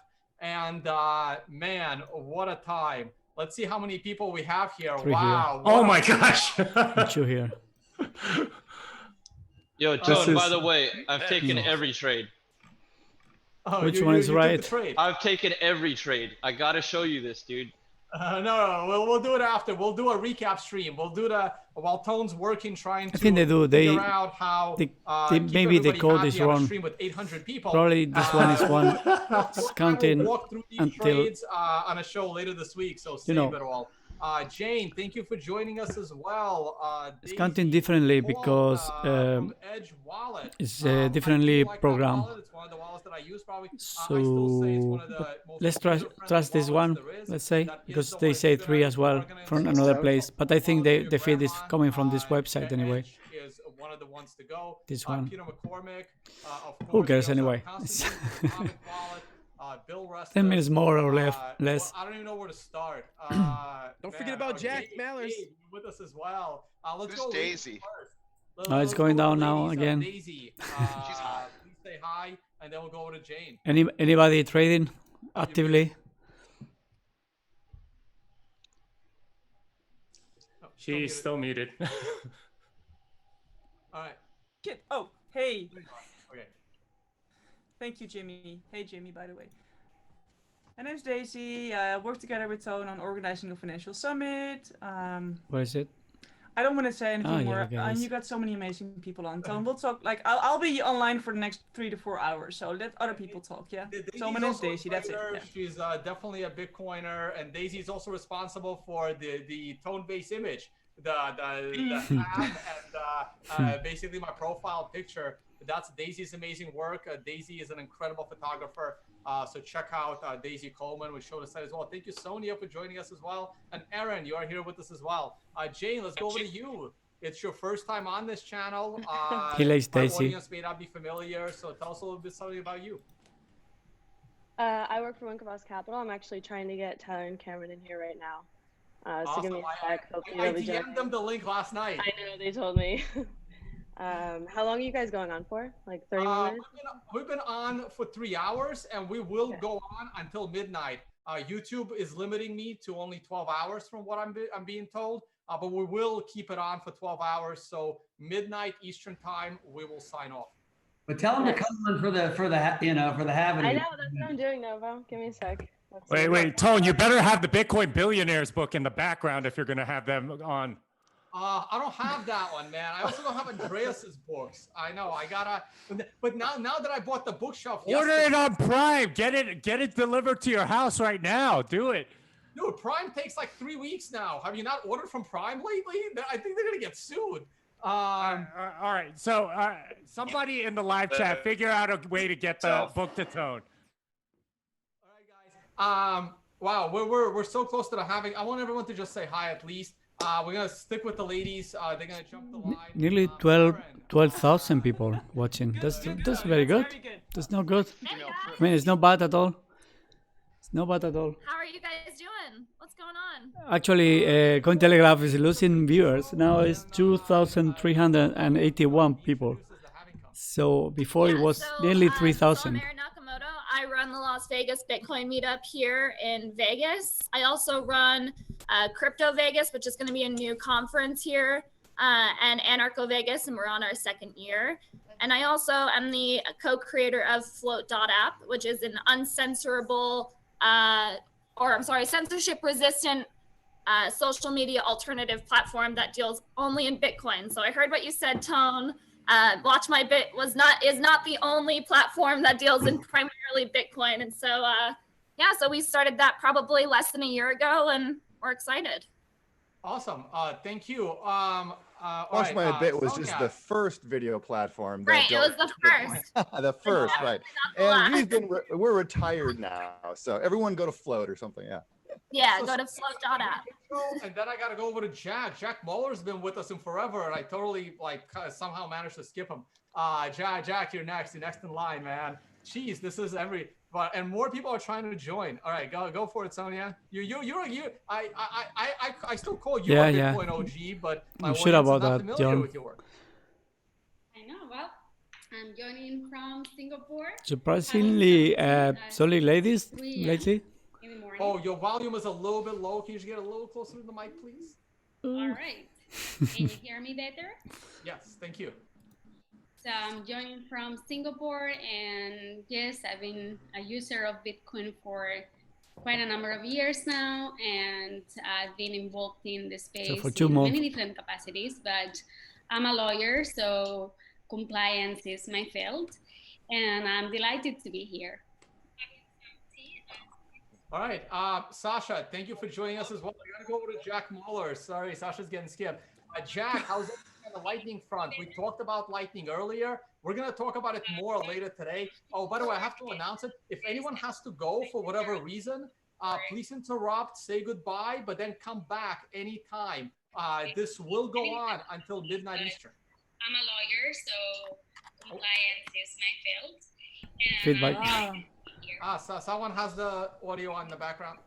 Yeah, that's Zizo. Mute Zizo. Yeah. I'll tell him. I gotta add some admins. Daisy, I'm gonna add you as a admin so you can mute people if that happens. Yeah, I will. Yeah, I'm texting Zizo also. Yeah, I will. Yeah, thank you, Tom. Right. So this I think website is down now. Mahler's is next. Mahler's is next. Mahler, Jack, get in here. Yo. What's up, everyone? I'm just happy to be here. I think I was on the last Halving live stream, if I remember correctly. Is that the Crown Prince of Lightning? Yes. What's up, JD? How you doing, buddy? Dude, what's good, man? I love the beard. You look great. I know, dude. I got beard, glasses. I can just feel. I mean, I'm just a sex symbol right now. Everyone's gonna have to calm down. I look like a god. Oh, I cannot take it anymore. You look so hot. I'm falling off my chair here. I look like a quarantine caveman. No, I'm happy to be here, my man. God. Thanks for having me, Tone. I'll be in and out, but I'm down to talk about Lightning. And I also think it's always God's gift when we get to hear John Seth talk. I miss Bitcoin Uncensored. It was part of my He owes you a childhood. blowjob? Is that what it is? Talk about Strike, Saying Jack. something Talk about this. Strike. We want to know about Strike. Bitcoin Uncensored was part of my fucking childhood, man. So John Seth, biggest fan. I think every Halving event or whatever, when I get to hear that guy talk about farting out of his mouth, is the funniest. So yeah, I'm just happy to be here. All right. Hey, Jack, really quick. We talked about it earlier. Bitcoin blocks are being pretty congested right now. The fees are kind of high. They're taking a little too long. What are your thoughts on all of that? I'm going to go to screen share real quick. We do have Willy Woo on as well, and I usually show his chart of what's going on in that world. SegWit has dropped significantly from being almost at 60% all the way down to below 50%, down towards 45%. What the hell's going on? Good question. Well, block congestion is a good thing. This is the design of the system. It's a good thing. Is that we're supposed to pay for space. Fees are supposed to be high. That's how this network is going to end up scaling. To 1 point. So this is all a good thing. This chart just shows me that Bitcoin's working as intended. I mean, SegWit is opt-in. It's a soft fork. Do you agree, guys? You're not I required don't. to use it. A lot of the SegWit numbers come from a lot of the centralized parties that perform a lot of the on-chain activity on behalf of other users. So to speculate on why it's dropped, I don't think it's a huge deal. It's likely just a service that stopped using it or is mitigating. Or the other one is switching to something else. 2,500. But I don't know. I think it went Bitcoin's up a little working as bit as well, intended. like Lightning 200. hopefully can perform a huge role in when Views in fees get Cointelegraph. too expensive for a lot of our everyday But use cases. definitely, this is the winner. But this is the design of the Because system. this guy, And so, I don't know if it's still no live. other comments outside of that. It's working. Check. All right. Hey, Tone, just Do you know want to this? say welcome This guy? to the Bitcoin 12,000 Ben? plus viewers that are watching Awesome. right now. 12,000. Oh my God, that's great, Tom. Also, shout out to Felix who donated 110 SEK. I'm not even sure what currency. Swedish Swedish Okay. crown. Okay, crown, yeah. Keith Amon, who's asking, just as a quick raise of hands, who's been to Porkfest? Okay, so maybe like 5 or 6 many. people. Okay, that was the question from Keith Amon. So there you go. I helped do the first Bitcoin table at Porkfest. It's another live here. When Bitcoin Data magazine was Dash. still cool. I was there and I got this t-shirt. Whoa, Julia, wait. I heard Doug Scribner won a strip call contest at Porkfest. This is I us. did want a pole dancing contest. Awesome. On piano as well. Hey, Julia, are you saying back then when Vitalik was basically running This it, is beer that's and when it was Bitcoin. cool? Do you want to watch this one, guys? Just to see? Yeah, no, I'm just kidding. I'm just kidding. Live. There are Don't many. pressure me, Tone. 400, 200, Hey, Peter McCormick. 70. I want to Oh, get this is McCormick not. in on this. Hey, buddy, how are you doing, 500. man? No bad. This guy's good. Good, man. How are you? Thank you for the invite. Oh, of course. Thank you for joining. It's excellent. We're gonna have an amazing crowd All here. right, but the main one, so the main one is actually this one. Last minute. Why from? And since when do you wear glasses, man? What the heck? Like, who piano. took Peter? Well, sometimes I can't see, so I have to wear glasses. It's weird. It comes. It's usually whenever. I think so, man. I think this is it. It's 15 minutes, man.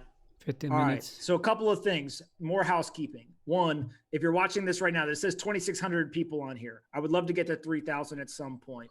Please hit the like button so that more people on YouTube see it. Go tweet the link, do whatever you want, but help us get to 3,000 simply because then I can go and tell everyone that we had more people on our stream than anybody else, which will just be a nice flex for the internet. That's right. We know. Two But is- Anybody they have watch more that than Kraken Cointelegraph anyway. VR thing? That was pretty cool. I think people did. Yeah, it was pretty cool. I saw Travis Kling. He's a boss. We He needs to join our team. Okay. Let's go back, maybe. Too much gin. I'll just let you know Peter I've got McCormick. Calvin Air and the Cuban Dance Where Squad is with he? me. They've joined us for the evening. So we got them Nice. for the Halving joining us. Hi Jimmy, how are you? Hi Jack. Hi John Carvalho. Hi John Seth. What a fucking amazing. All right, Bobby. What an amazing turnout. Jack, I love the beard. Thanks, Sean. Bobby, you haven't said anything in a while. That is so rare. Vortex, love you, Vortex, man. But love you, man. I'm just eating my late lunch. I'm here in sunny Las Vegas. We also have like 5 other people that haven't been introduced yet. I know. We gotta Felix finish Weiss. the introduction. I had a friend William of mine in here, Restus, Sahil from India. Yeah, I know the guy, but he this. was one of my gracious hosts when I was in India. I don't see him here anymore. Maybe got a little late. Maybe he'll come back in their morning. You got a block. 2 blocks. Okay, let's finish with Sasha. Where'd you go? And then we'll. It's hard for me to find everyone on this stream. Oh, you mean? But if Sasha, if you dropped off, Is this no? This is we'll that's. go with Wolf Payman and then Where's Peter? While you're looking for Sasha here? in the troll box, Bitcoin I haven't Khaleesi just stated that she has pictures Peter of Doug McCormack. Scribner I didn't see it here. at Porkfest. Oh, winning that pole dancing contest. No, it wasn't twerking. It was I'm the first Miss Porcupole at Buzz's Big Gay Dance Party, PorkyFest, 2015 or no 2010, I think, something like that. It was like 2010. Yeah, and so it's on Facebook.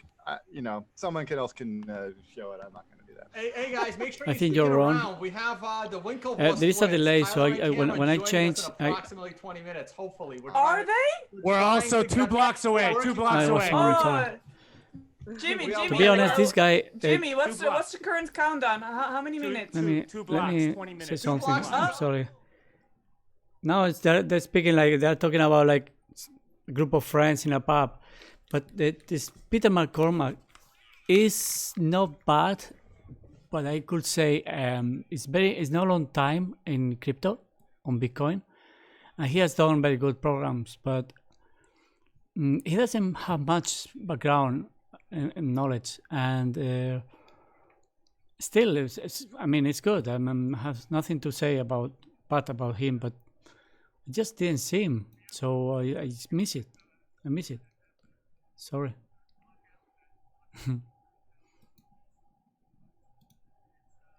Pretty exciting, and we literally have the last block in the 12.5 era coming up, guys. How exciting!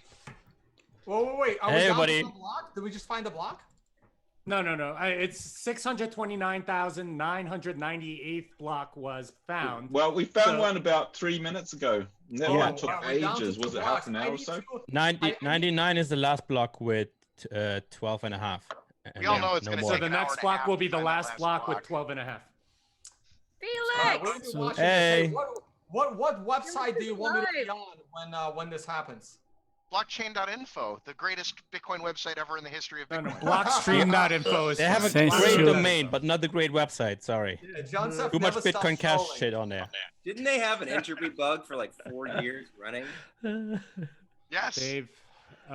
They have some problems, but I think you should be on Blockstream.info because then we can like dig into the Coinbase and check. All right. Let me get off screen share here. All right. Let's just finish. I think BTC.com has the name of the mining pool that finds it right at the top. So. Hey, Max, thank you for joining us. Another host of the Honey Badger Conference. Roman gave us a little Say bit this of an because update. BTC.com is property of Bitmain. So it's a pool that mines Bitcoin, but they were proposing, they were kind of supporting Bitcoin Cash. We'll get a Latin American update.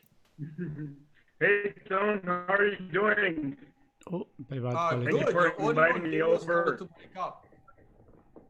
We're gonna break Zoom at this rate, guys. I'm gonna change to. You think Zoom is sitting back and they're like, "What the fuck Yours is went going on down over a at little that, bit. that stream?" Right. So is YouTube. They're like, well, man, I don't want to. There's all these like scam Bitcoin streams going on with like 40,000 views. I hope I don't get ranked into that space at this point. Well, we're at 12,800 viewers right now. 12,800. You know what? I don't even know where to go from here. So I still have to manage this somehow. Got to talk to the developers. Felix. Hey, thanks for joining us as well. Hey, thanks for having me, Tone. Bitcoin traveler. What have you been up to these days? Oh, not much traveling. Havings too, I think. Not that much traveling lately. Yeah. I've been just like trying to get back into some coding. Doing field research. A lot of people don't talk about fees much. I wish that would change. Hopefully. I need to go get some ice. Fees I want is to important. make sure I have my tequila ready for when the last block comes. Sure. Oh, guys, do you code? Could be quick.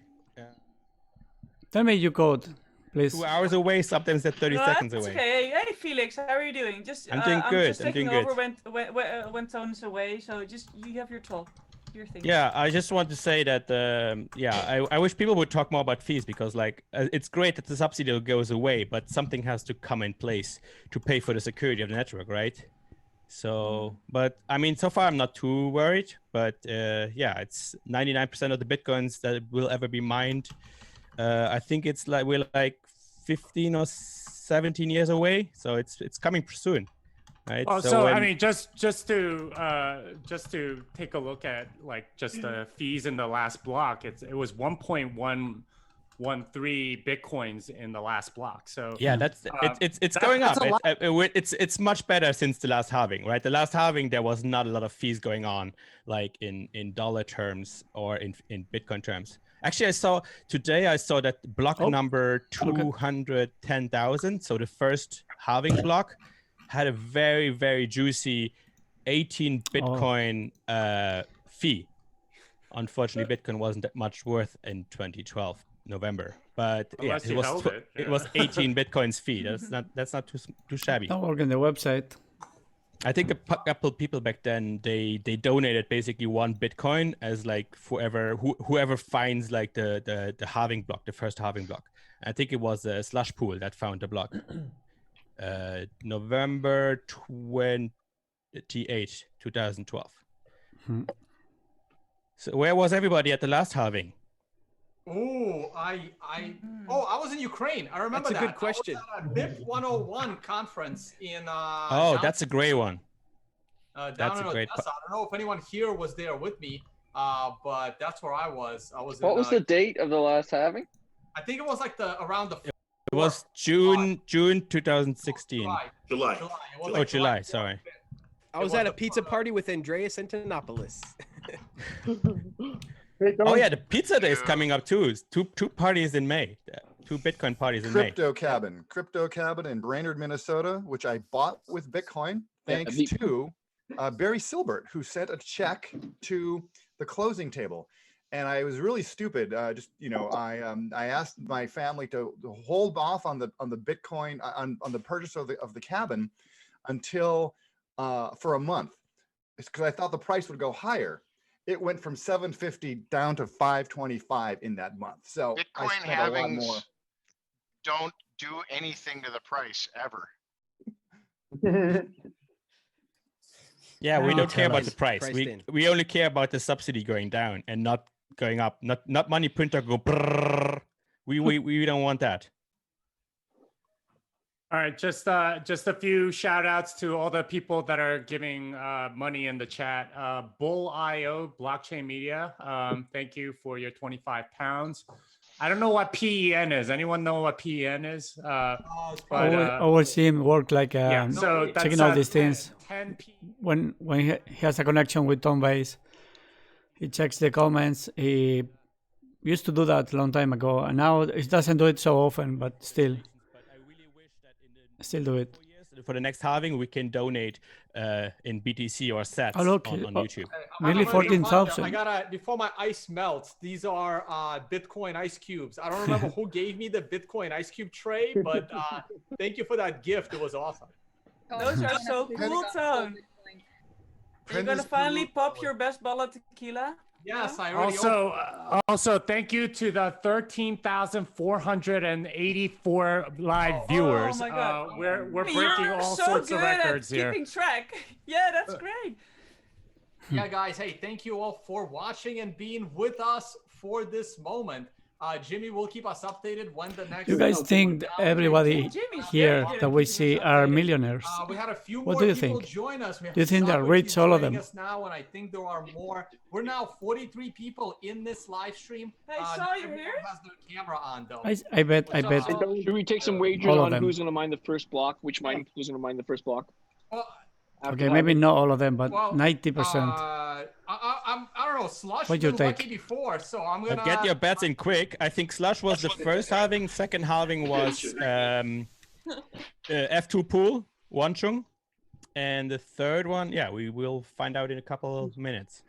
I mean, the guy who mentioned that he had Bitcoin at $7 and dropped to 5. Obviously, he had many of them. I got my bubbles ready to pop. I hope everybody's got his drinks ready for the happening party. Or cigars. Guys, I have water here. Gonna get some drink.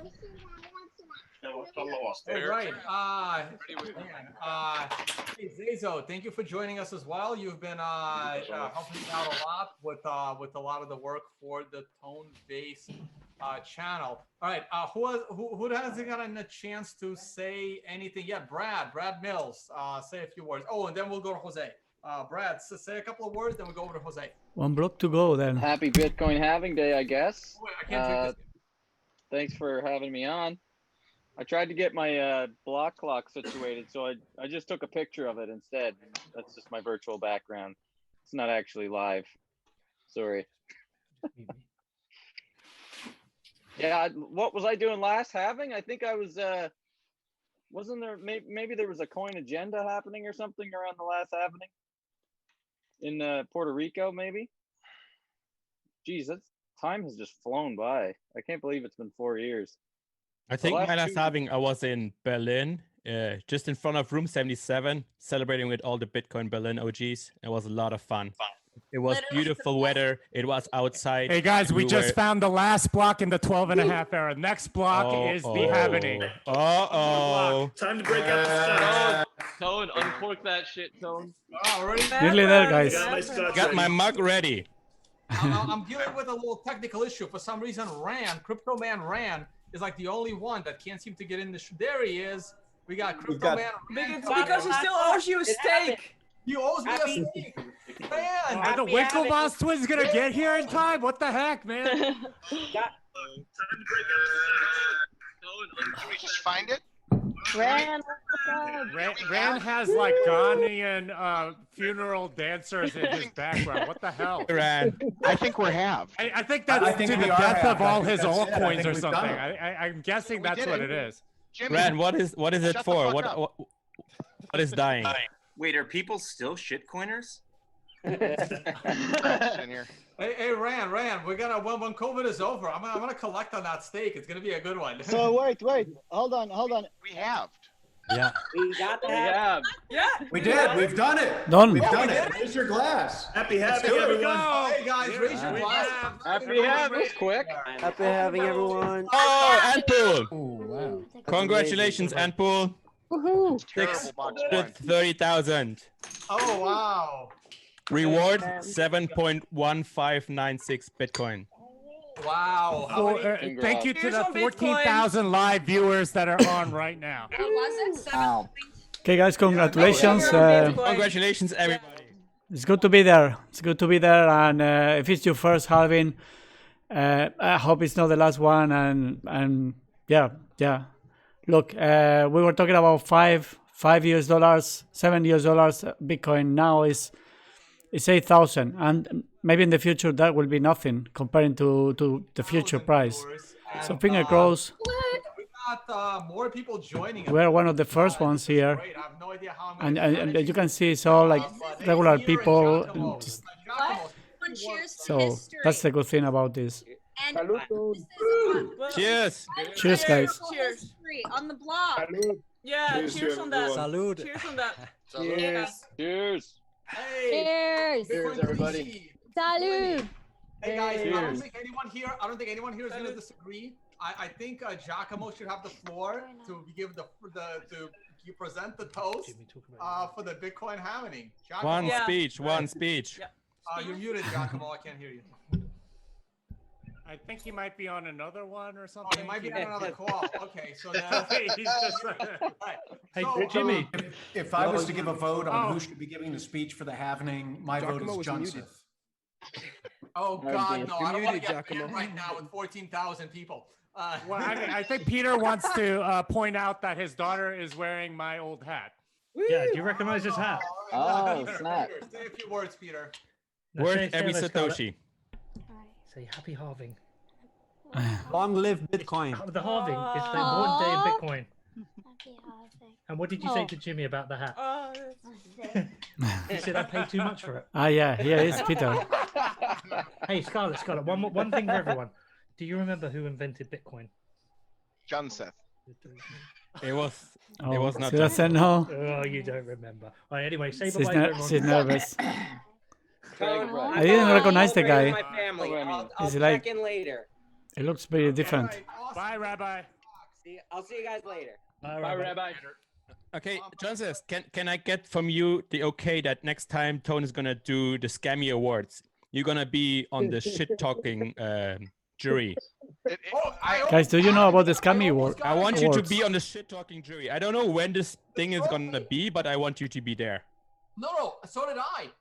It was called the Troll Table. It was. You were pitching this to me in Chicago. It was amazing. I don't know what It was happened. so much fun. This is like the last thing I remember from like before this time, and I had so much fun. It was amazing. I only participate in things that are really professionally done, so I wanted to make sure that Tone had gotten one under his belt before I committed to something like that. Make sure that, he was keeping up with the integrity of the Bitcoin Uncensored franchise and the professionalism of John Seth. And Unconfiscatable was great. Yeah, look, like back when I invented Bitcoin,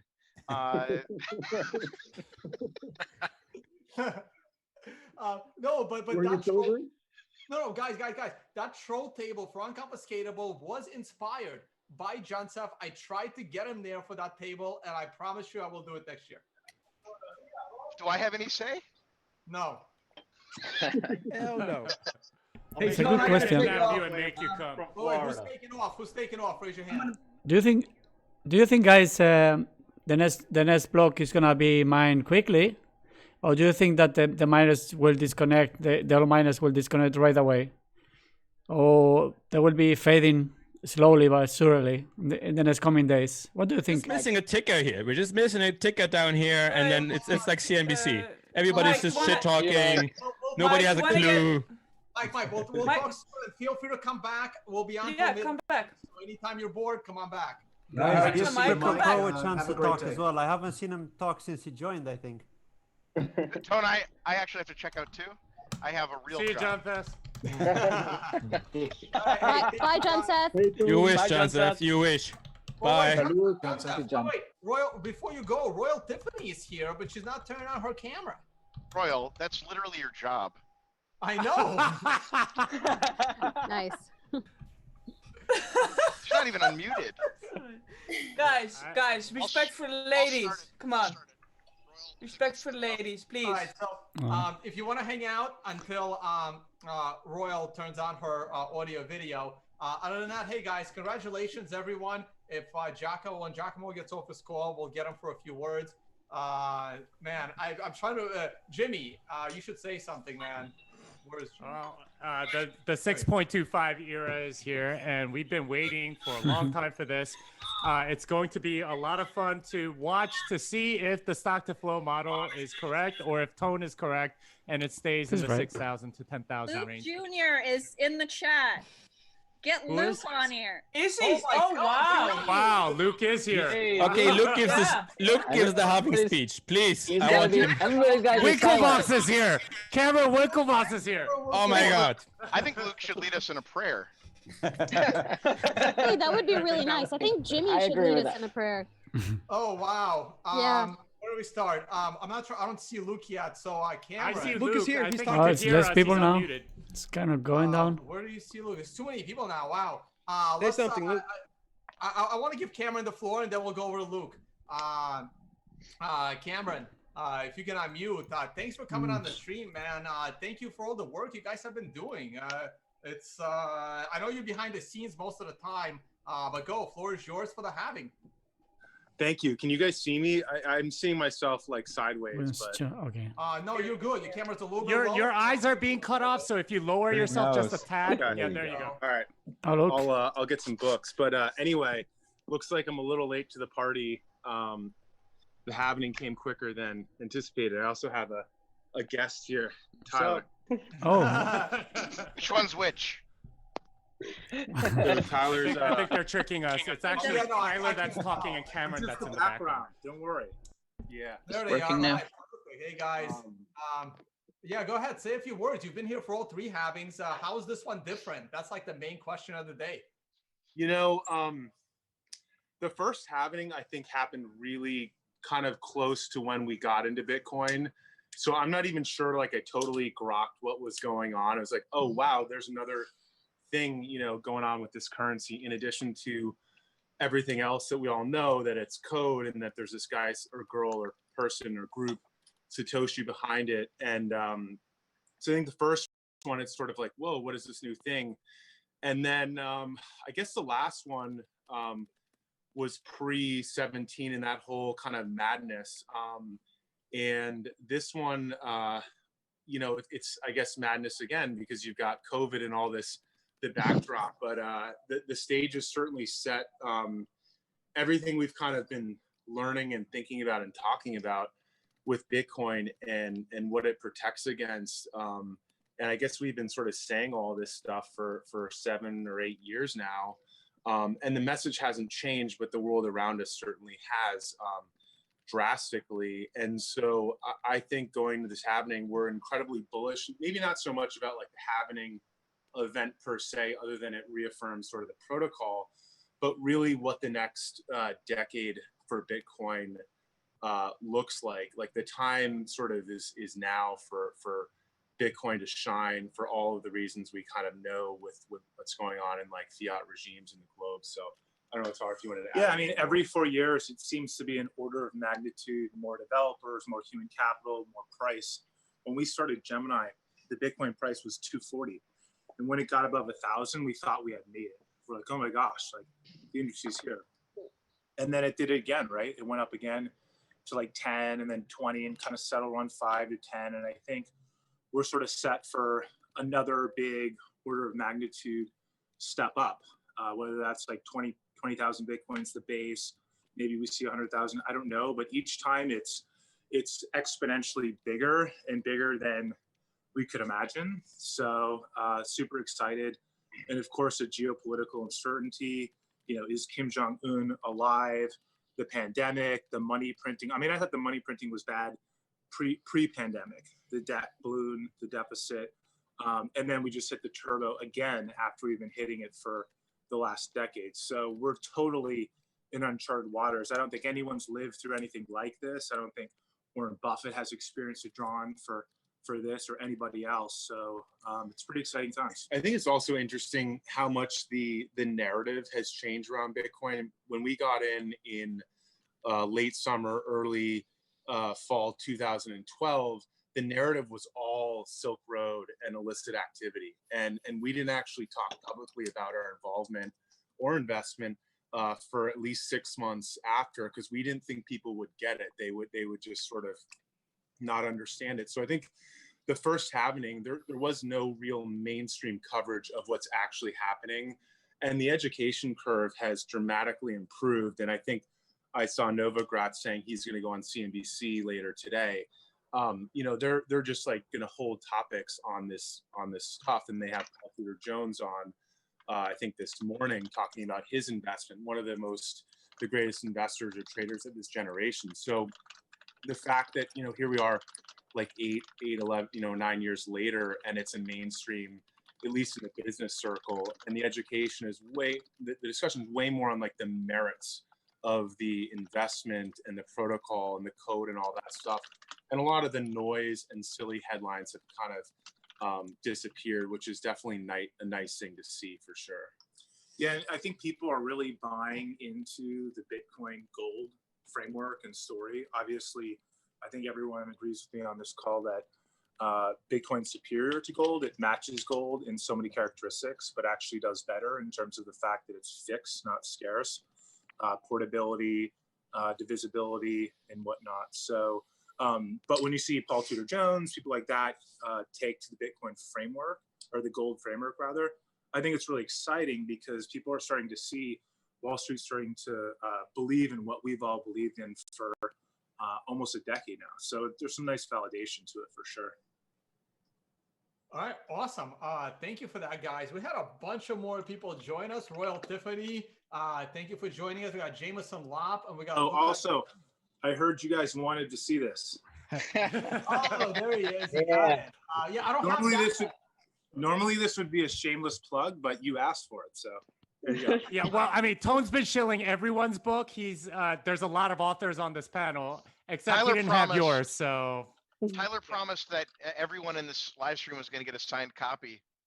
If you guys DM me, Oh, that's DM me so on nice. Twitter, DM me on Twitter, and we'll make it happen. Awesome. I'll DM you. Yeah, Tyler. no, I Thank you. definitely want to. I'm doing that. I'm like the Bitcoin Oprah.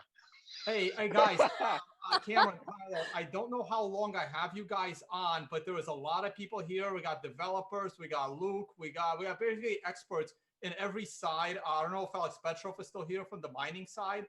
We got Willie Wu. Do you have any questions for anyone here on the technical side of Bitcoin, the transactional side of Bitcoin? Anything you guys curious about? I would love to, hear what questions you guys have, being such early adopters. Yeah, we're gonna have to drop in a little bit because we're actually talking at consensus virtually in about an hour. But I guess I'd be kind of curious what people are most excited about and also perhaps most concerned about. And maybe that question is being asked from like the standpoint of an exchange operator, like what can we do or how can we help kind of foster the growth of Bitcoin and the industry. Love to hear sort of an outside perspective on those ideas.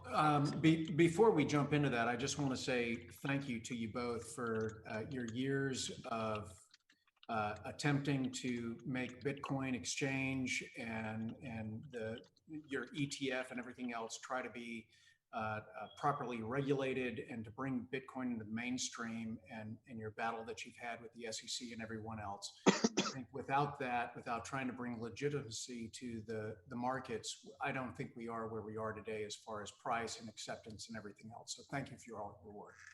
Yeah, Jason got to steal my thunder on that, as the guy here who's got the only settled class action with Coinbase, Kraken. It's like, I tell everyone, I never had to sue you guys. Transparency, your crypto needs rules campaign was phenomenal for the space. But it doesn't mean he won't sue you. I know David. There's still time. I'd sue my mother if she pushed her grandchild down. That's only what happens in the future. But what you guys did, the crypto needs rules. It does. Getting Main Street investors, I do. I'm with what Jason said. What you guys have done is an invaluable service for the community, and everyone really does appreciate both inside and out what you guys are doing. He wants a job from them. As another attorney in the space, Gemini is by far the best exchange and has the best practices of any that I've seen. And being able to represent United States investors and having a US-based exchange to deal with is very comforting for all involved. Oh, John, when you're trying to sue people that are in the before more lawyers yeah. keep saying like nice things to them to get a job from them. Cameron and Tyler, can you tell us more about the ETF and where the heck that is right now? I've never heard lawyers say such nice things. But thank you. Really appreciate those comments. Really. Your camera is kind of sideways for some reason. I don't know why. Sorry about that. Is that better? No. No, I think you gotta turn it. If you just turn the cell phone and turn it back, it'll work. Or like you lost your. There you go. Perfect. Oh. Thank you. Okay. Yeah, really appreciate those comments. So we don't currently have an ETF application pending with the SEC. We did have an application that was, in process for about close to 5 or 6 years. I think Carl haven't spoken. And the final disapproval order, I think, came in. I think it's about gone 18 actually. months ago. We're still sort of watching the space as it develops, but currently, right now, we don't have anything under file. And our understanding is the SEC is still getting comfortable with the asset class, and we understand that it's a long process. And they have to get it right, because I think once you have one, you sort of open the floodgates for better or worse. And so you've got to make sure that the market is ready, because at the end of the day, their core mandate is protecting consumers and it's very important mandate. And I think we've seen, you know, there's bad products out there where investors have gotten injured. And so you got to make sure that when you build a mainstream and, you know, approve a mainstream product like that, that it's got to be ready for that mainstream prime time. Because the issue is also market surveillance and the lack of a liquid futures market that is surveilled. That hasn't changed enough for us to refile yet. So either that has to change and we kind of get back into it, or the commission could change its posture towards Bitcoin. But yeah, the idea is that the underlying isn't surveilled. We've tried to create the VCA and SRO to get exchanges to information share to cure that problem and create the pathway for the ETF, but it's been slow going. It's sort of hard to hurt. It's almost like herding cats to do these kind of things, or slow going. But that ultimately leads to this commission. Yeah, we're gonna what would be disconnect soon. For, as well. The liquidity. I need to go home. Like I'm not. CME to get I'm not so at home much greater today. than the spot that the price discovery is happening up there to the extent that they think so. So that's the standard that Bitcoin's at right now with the commission. So that's sort of the latest. Oh, let's check this guy. I want to try to, since you asked that question, what are some of the concerns? This is a perfect transition to go over to Luke. Luke, there you are.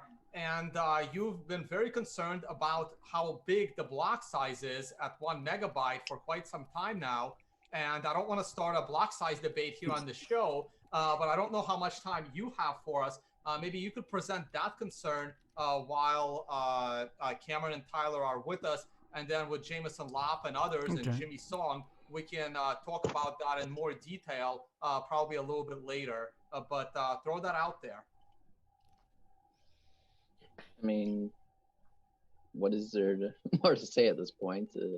Well, let's start from the beginning, because like we have 12,000 people watching and they may not be aware of your views that the blocks are too big. Too big? Well, I mean, to make it short, the technology has historically over the last decade or two increased about 18% per year. The block sizes we have are much more than 18% per year growth blockchain, and there's already too few people running their own full nodes already. And if you go ask these people, most of the time the reason comes down to the blockchain being too big. And it's just getting bigger and bigger as blocks continue to be bigger than the progress in technology. So what are the biggest problems with the block size being too big?